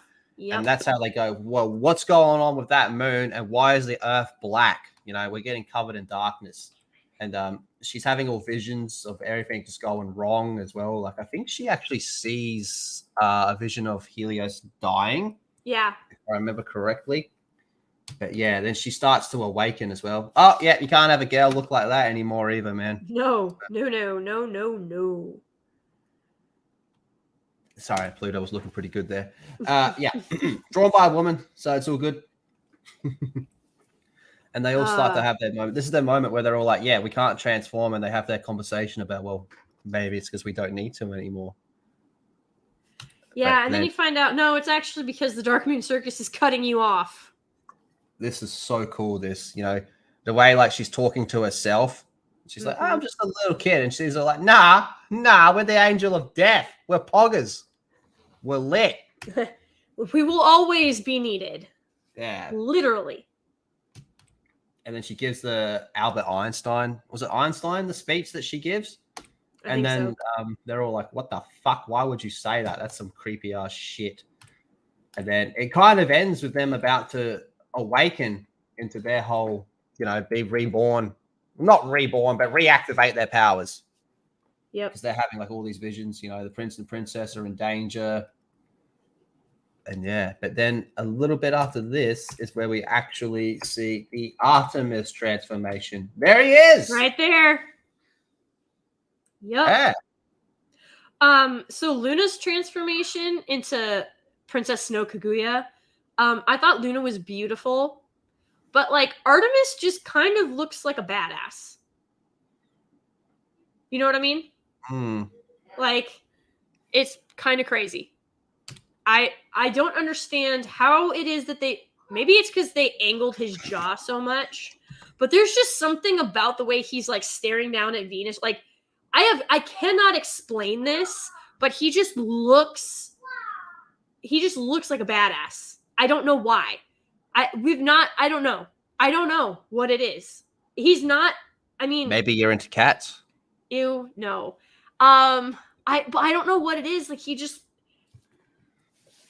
looks like it's just that one shot because you go down to the bottom panel and then he's back to being like, okay, yeah, that's Artemis. That's clearly Artemis. But like right there, you're just like, holy shit, does Serena have a brother? And like, is this the Prince of the Moon? That passes very quickly though. And that gives her Venus the ability to transform back. And then she gets power up as well. She gets her power up. And I like how they call it a chain and not a whip. That's definitely a whip. I don't care what you say. That's a whip. Maybe it's because, like the enemies were using a whip as well, so they kind of wanted to differentiate the two. Had to have that differentiation and whatnot. And here comes the Amazon Quartet, or so they think. Yeah, I like them as antagonists, but they're like the main villains throughout this whole thing. A lot of booba going on in the picture, though. Yep, lots of booba. And it's interesting because, like, the other three, they vanished because they had failed too much. Though, to be fair, the Amazon Quartet fails multiple times, like way more than Fisheye, Hawkeye, and Tiger's Eye ever did. You know why they kept around? Booba. Booba. Booba. Booba. And it comes to an end with, Usagi starting to get sick and starting to, cough up a little bit of black blood as well. The very thing that Darien was trying to avoid. Yeah, so once again, she was wrong, he was right. Stay away from me.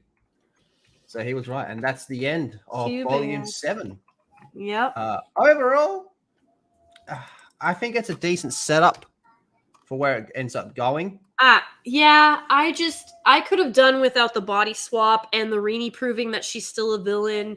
That, like, Rini's whole storyline just irritates me. She's just unnecessary at this point, and it should have been a season 2, a series R thing, and then she was done. But unfortunately, we're stuck with her. I would probably give this volume, the final chapter definitely is best of the best, or the best of it, but being the best of the worst does not make you the best of the best. You know what I mean? Mm-hmm. I think I'd probably give this volume a 6.5. I think that's kind of being generous. But originally I was going to give it a 7, but going through it and listening to some of your points, I'll agree, 6.5. I really, really like that final chapter. I love the comparisons, especially of them being outer guardians as well, because in the previous story, you had a lot of comparisons of outers to inners. And this continues that as well, especially with the whole living the dream as opposed to actually being in a dream. Yep. For sure. Hotaro's psycho speech at the end, and then they all have to reactivate their powers, and her little omen moments really done it for me as well. Yes. Helios never liked the character. No. I've never really cared for him either. He felt like a really big plot contrivance to me. Like he's just kind of, because Rini is technically the thing is they couldn't make Rini so strong that she didn't need any help. But they also, like, because this is a Rini centered story, they couldn't have Serena being the one always save her. So it feels like Helios was literally introduced simply so that Sailor Moon wouldn't be the one saving the day. And that he had to be attached to Mini Moon because then it was Mini Moon's pureness and kindness that was calling him forward, and only she had that connection with him. You know what I mean? Well, actually, I'm going to bump it back up to a 7. I quite like the villains as well. True. So I'm going to go with a 7 overall. I'm going to maintain my 6.5 just because that I can't get over, even, like, especially the reason that Rini is psychotic is because that switch flips instantaneously. Like, the second she has a new object for her obsession, she, like, doesn't care about Darien at all anymore. Not as her future father, not as someone that she's, like, has a crush on. Nothing. A switch flips and she doesn't care about him at all. This is weird because I think anime wise, this is the worst of the anime. Yes. But there's times in the manga where you go, holy fuck, and that's all the Rini parts. Yep. So it's very give and take. Plot wise, definitely better than the anime. Like I said, I've been rewatching this particular part. I haven't finished it yet. But Super S in the anime. Super S is the worst of the anime. Of the anime, yes, it is the absolute worst. They lean hard into the cheesiness and into the goofball villains and just into ridiculousness. I know Sailor Moon's always had quite a bit of filler. Like I think literally half of it is filler, but holy shit, this is a lot of it. A lot of it's in this one. Super S could have been finished. Like if you look at the anime, they out of the 22 episodes or whatever it is, they really only needed 8, maybe 9. 8 or 10, yeah, from memory. I remember looking up the canon versus filler list, and it was a lot of red in this season. Yeah, it's bad. And the season is the anime, sorry, is very very Chibi-Usa focused, which yeah, I definitely prefer her in the anime. Don't get me wrong, but it's always and again, I think that's because they chose the small, like they chose the little girl route and they stuck to it. So I think that's probably why in the anime she's not as horrible, is because you actually buy into the fact that she is a little girl, because that's how they. Yeah. Well, we'll see. We'll see how we go. But next time we have Volume 8. And then after that, we're in the Galaxia stuff. Oh, yeah.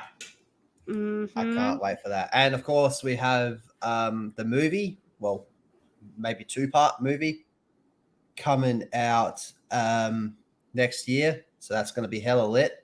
Yes. And, yeah, I think that's it. I think that's everything to go over today. Yeah, that was fun.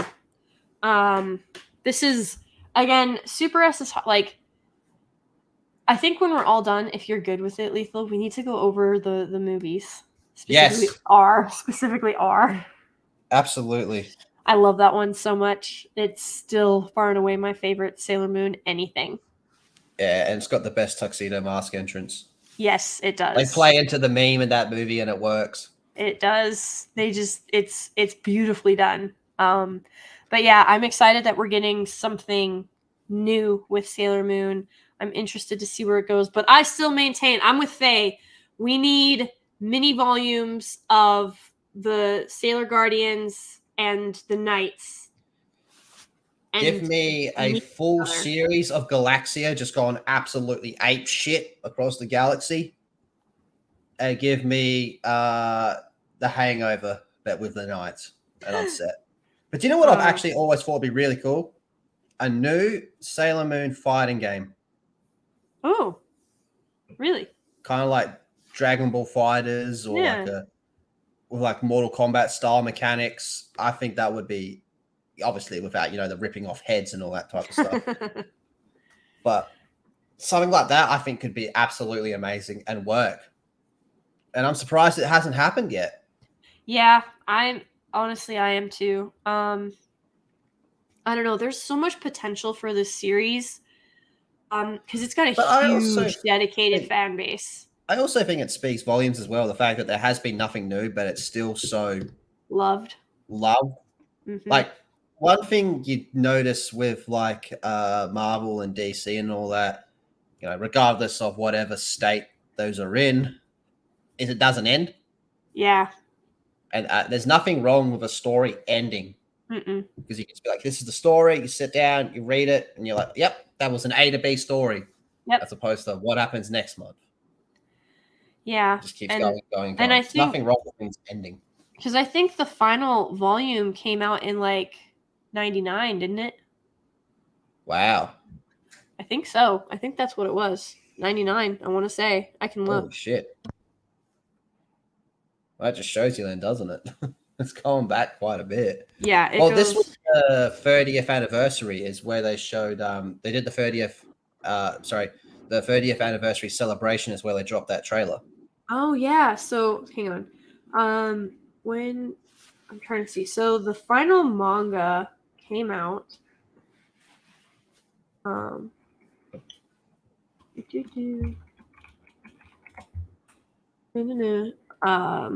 97. Yeah. Shit. So it was originally serialized from 91 to 97. And the first edition consisted of 18 volumes covering 52 acts. However, volume 11 contained short stories that did not follow the main storyline. Yep. So yeah, it's been done since 97. and I think Sailor Stars was put to it was subbed anyway in 99. It might have been 2001, I can't remember. But wow, well there you go. It has maintained, I think, because it's a closed story and because it had such a huge fan base to start with. And this thing is loved all over the world. Yep. Because it's such a great story. Like, yeah, we drag on Rainy a lot, but overall, the story, particularly the center part of the story, which is Serena and Darian, I mean, it doesn't waver. Like, it's such a good story, and you're always... Oh, the story's amazing. Like, the Rainy parts, definitely deserve criticism. Mm-hmm. Probably not thought through in quite a lot of ways. Yeah. But in the grand scheme of things, it's an L next to it, but it's still a goated, the whole thing overall. Mm-hmm. Yeah, I think it's one of the best love stories ever put to print, honestly. Yeah, I'd agree. And I think that's why it's just been so beloved for so long. Because it hasn't wavered, and it's not, and at no point does anyone say you can't love, like, you have to believe this or you can't watch it, or you have to believe this in order to watch it, or anything like that. It's nothing like that. It's literally, hey, as long as you cheer for the good guys and you enjoy a good love story with some action in there and magic, this is your story. Fucking oath, yeah. It's not like it's a very what's the word I'm looking for? Good community, I guess. Yes. It's not like Disney Star Wars fans where they're just absolutely fucking rabid. Yeah, no, nothing like that. And I think a lot of it goes like you can make Reenie jokes, and even like the most diehard Sailor Moon fans will be like, yeah, she's into incest. That's kind of fucked up. It's pretty much. Because like it's undeniable. It's right there. I think everybody has an issue with it. And I think, with any story, you're going to have storylines that are dropped or arcs that don't make any sense. Yeah. But I think, especially because you now have 2 series, you have R and Super S that are very Reenie focused, you should have thought it through a little bit better in terms of overall consequences. You know what I mean? Yeah, no, fully agreed. Yes, they are, D-Day Direwolf. Thank you for the $2. They are free here on YouTube. The movie or the seasons? The movie. No shit. Okay, yep. I did not know that. The seasons might be too, but I know I saw it when I was prepping for the stream. It popped up. The movies popped up. Super S is like, I didn't see that movie, though I don't really care for that movie, if I'm going to be perfectly honest. I have it, but I don't really watch it the same way I do R. I'll still rewatch S every now and again, but yeah, no, I will wear out Sailor Moon R one of these days, and then I will cry. Yeah, I think on YouTube it's the dubs are the ones that are free. I don't think it's sub. Which, honestly, with the Sailor Moon R movie, I'm okay with. Because they did a really good job of dubbing that one. R also has a really good song at the end. Yes, it does. Oh, I love that song. I burned that to a DVD or to a CD as soon as I possibly could from LimeWire. Oh, LimeWire. Way back in the day. How to give your computer AIDS in less than a minute. I didn't get AIDS because, like, okay, I don't know if you've ever heard of this one. It's called Kazaa. Kazaa. That's what I used for, like, all of my music. And, like, it was a peer-to-peer sharing one. And so when I burned the song from Sailor Moon R onto a CD, it was technically from LimeWire, but it was through Kazaa. So I didn't have the AIDS computer virus issue. So I love how that's been an ongoing meme. LimeWire is computer AIDS. D-Day Direwolf for $5. You've been so generous tonight, Direwolf. Thank you so much. Says, Senran Kagura series is basically Sailor Moon, but with destructible clothing. Good games. We're not going to talk about the mechanics or anything, but the clothes blow up, and that's awesome. And that's all that every man. Boobs? Okay. Yes, OG, how to get the Japanese music when you couldn't. Yep. Real talk. But man, it's crazy to think that that's been 20 years already. Dude, yeah, that's scary. Over 20 years. That's crazy to me. 30, yeah, so 2021 would have been 30 years. Holy shit. That's insane. And still going. It's still going with all that OG content. But sir, thank you so much for coming on tonight and talking about this with me. It was a blasty blast. I will be seeing you in a few hours. To go from something that is great to something that is not. That is in no way, shape, or form good. Have actually, okay, I'm going to try to be back in time, but I actually have to go and do manual labor tomorrow morning. Like, I have to till and I have to move rocks and I have to do a whole bunch of stuff. But I will do my best to be there. Oh, well, you know, if you can't make it, you can't make it. It's all good, but we'll see what happens. Have you seen the episode yet? Yeah. Yeah. All right, save it for later. It's just watch Lethal's Halo stream tomorrow, guys, and just save yourself. Yeah. Save yourself. Halo episode 7 breakdown. Myself, Lady G, Disparu, Epic Mike. Yeah. The show's not good, but the stream is. That's the best way I can sell it. True. It's true. It's very true. And we've just got Disbrew, who always is bringing in physics. I'm like, Disbrew, they don't care. Like, at some point, you just have to accept they don't care about physics. Okay? I'm waiting to the part where they breathe in space and Disbrew just comes and goes, that's not fucking possible. All right. It'll be great. Oh, Lord. Mwah. Thank you, Faye. Thank you guys so much for being here. Thank you.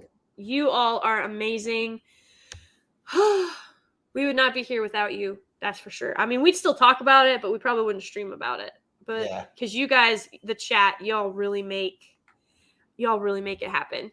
It is very much y'all the real MVPs. You all are the real MVPs. I love that, Faye. You haven't seen any Halo Master Queef. I love it. Actually, it's Master Cheeks and the character of Quan we call Queef. True. So yes. You're kind of half right without even seeing the show. You're without even half right. Subhuman. So if you watched last week's Halo stream with me, he was there. Oh yeah. Okay. Yes. It was 20 minutes of me and Mike just keep going, and 20 minutes of Lady G being like, "Oh no, oh God, no, oh no." Stop. I was literally like, guys, please stop, please, I'm begging you. And then they wouldn't. And then I was like, okay, is this what we're going to do? Fine, I'll turn it on. And then I turned it on and they were like, Jesus, Lady G's being really mean. I was like, wow. This is what we were doing, I thought. Like, y'all wanted the beast, here you go. And I was being kind. Though, to be perfectly honest, I'm if you are going to be essentially the most powerful being in the entire universe, and you are like, you have an alien realm who the Covenant kidnapped you because of what you can do, and you're just this essentially a goddess among mortals. Why do you look like you have got excessive amounts of gel in your hair and that you got hit in the face with a frying pan? It's not a phase, Mom. It's who I really am. Oh, Jesus. Oh, I hate it so much. So much. Yes, Subhuman. I was reminded. You were there. You do know. And it is. We'll save it for that. This is a good one. We don't want to spoil it. We'll contain that. And by good, he means terrible. Don't let him lie to you. Oh, boy. Yes, we do, Faye. We need the Arbiter to wipe out the TV series, please. Glass the whole show. Oh, D-Day, you know what? First of all, you called her Sakura Mars, so you're not basic. You're fine. Oh, that's right. I called every Sailor Mars fan a basic bitch. I forgot I said that. You did. You need to know the rest. So all main Sailor Scouts are Bae. Need to know the rest. Saturn, Uranus, etc. More. Well, so Saturn is a kid. Like at no point does she ever go into an adult body. She's about 9 or 10 throughout the whole thing. But yeah, no, Uranus and Neptune, you ain't getting in between that. That's all I'm gonna say. Nah. Trust me. Uranus knows how to use a deck better than any dude. She's a top amongst tops. Uh-oh. See, you made Jade angry. Look what you did, Lethal. Wait, what? Mars fans are basic bitches? Yep. You know what? I'm at that. I'm just going to go full Mozza. I've said something. I got to stick to it now. I got to do full Mozza. But what we were saying, Jade, earlier was, like, there's no love for Venus or Mercury. Like, even Jupiter is pretty limited.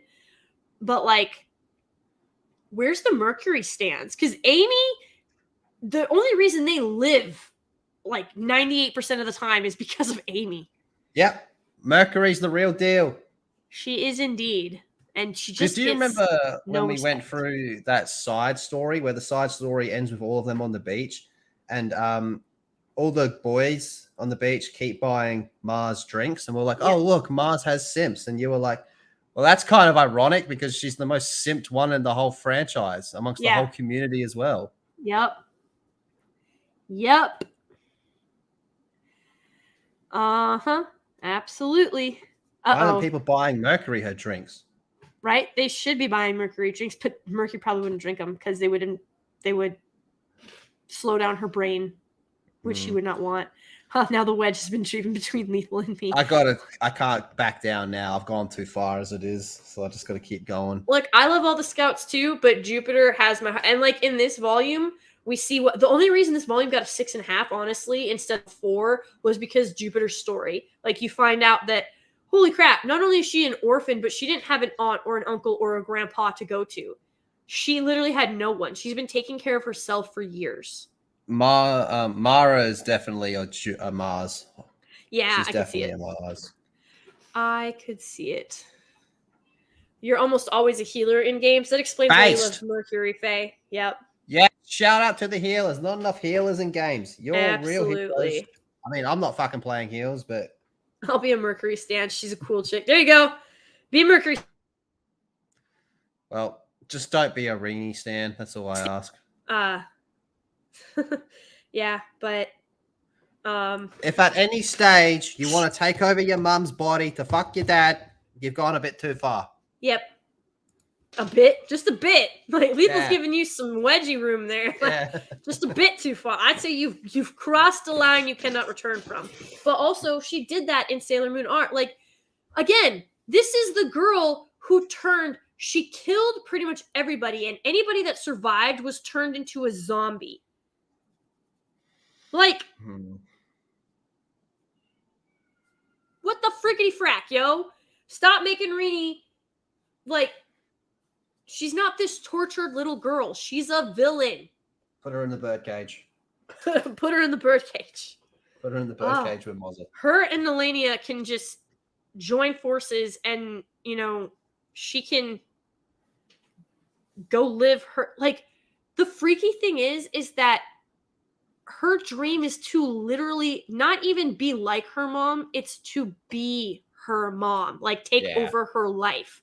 It's sick on so many levels. We're getting into some Buffalo Bill, I want to wear your skin type stuff. Yep. It's all bad. And then, of course, like, I think the only reason that Darien hasn't literally done anything, because he clearly, like, he loves Serena.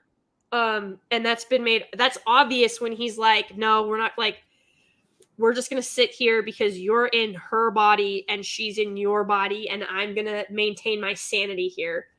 And when like, I think the only reason that he hasn't actually just taken Rini out of the equation is because he already looks at her like a daughter. Like he's already stepped into the dad role. Yeah.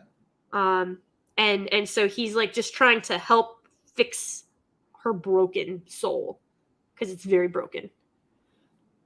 Like, blah. Just blah. It's so bad for so many reasons. Guys, it's just not good. Lots of hero characters in comics are like Rini because SJWs think the same way and are basically just self-inserts. Yeah, like that's the thing. I think another reason that Rini gets under my skin so much is because back in the 90s, she was an anomaly. Like, you didn't have people that acted like her who were called heroes. They were literally villains. Yep. So Rini was the anomaly. Now she's freaking everywhere. And it irritates me all the more because you see that she doesn't actually have any redeeming qualities. She's not doing all of these things to better humanity or to save anyone. It's so she can be the center of everybody's world. Fuck Rini. Fuck Rini. We got it. We got it in the end. All right, we got it out of her. Yep. All right. So I will hopefully, assuming, because I will be out there starting at 5 a.m. Mm-hmm. So hopefully I will get enough done that I can pop in for a little bit and we can shitty chat about freaking Halo. Why do you do this to me? I give you Sailor Moon and you give me Halo. It's a give and take relationship. It's a give and take. It's a lot of take on your part, Lethal. Just saying. Oh man. But guys, again, thank you so much for being here. Hopefully we'll see you tomorrow on Lethal's Halo stream. Much love to y'all. And Lethal, thank you so much for being here as well. Thank you. And shout out to the chat. Mad lads and lasses. Absolutely. Much love, everybody. Godspeed, God bless, and good night. Bye-bye.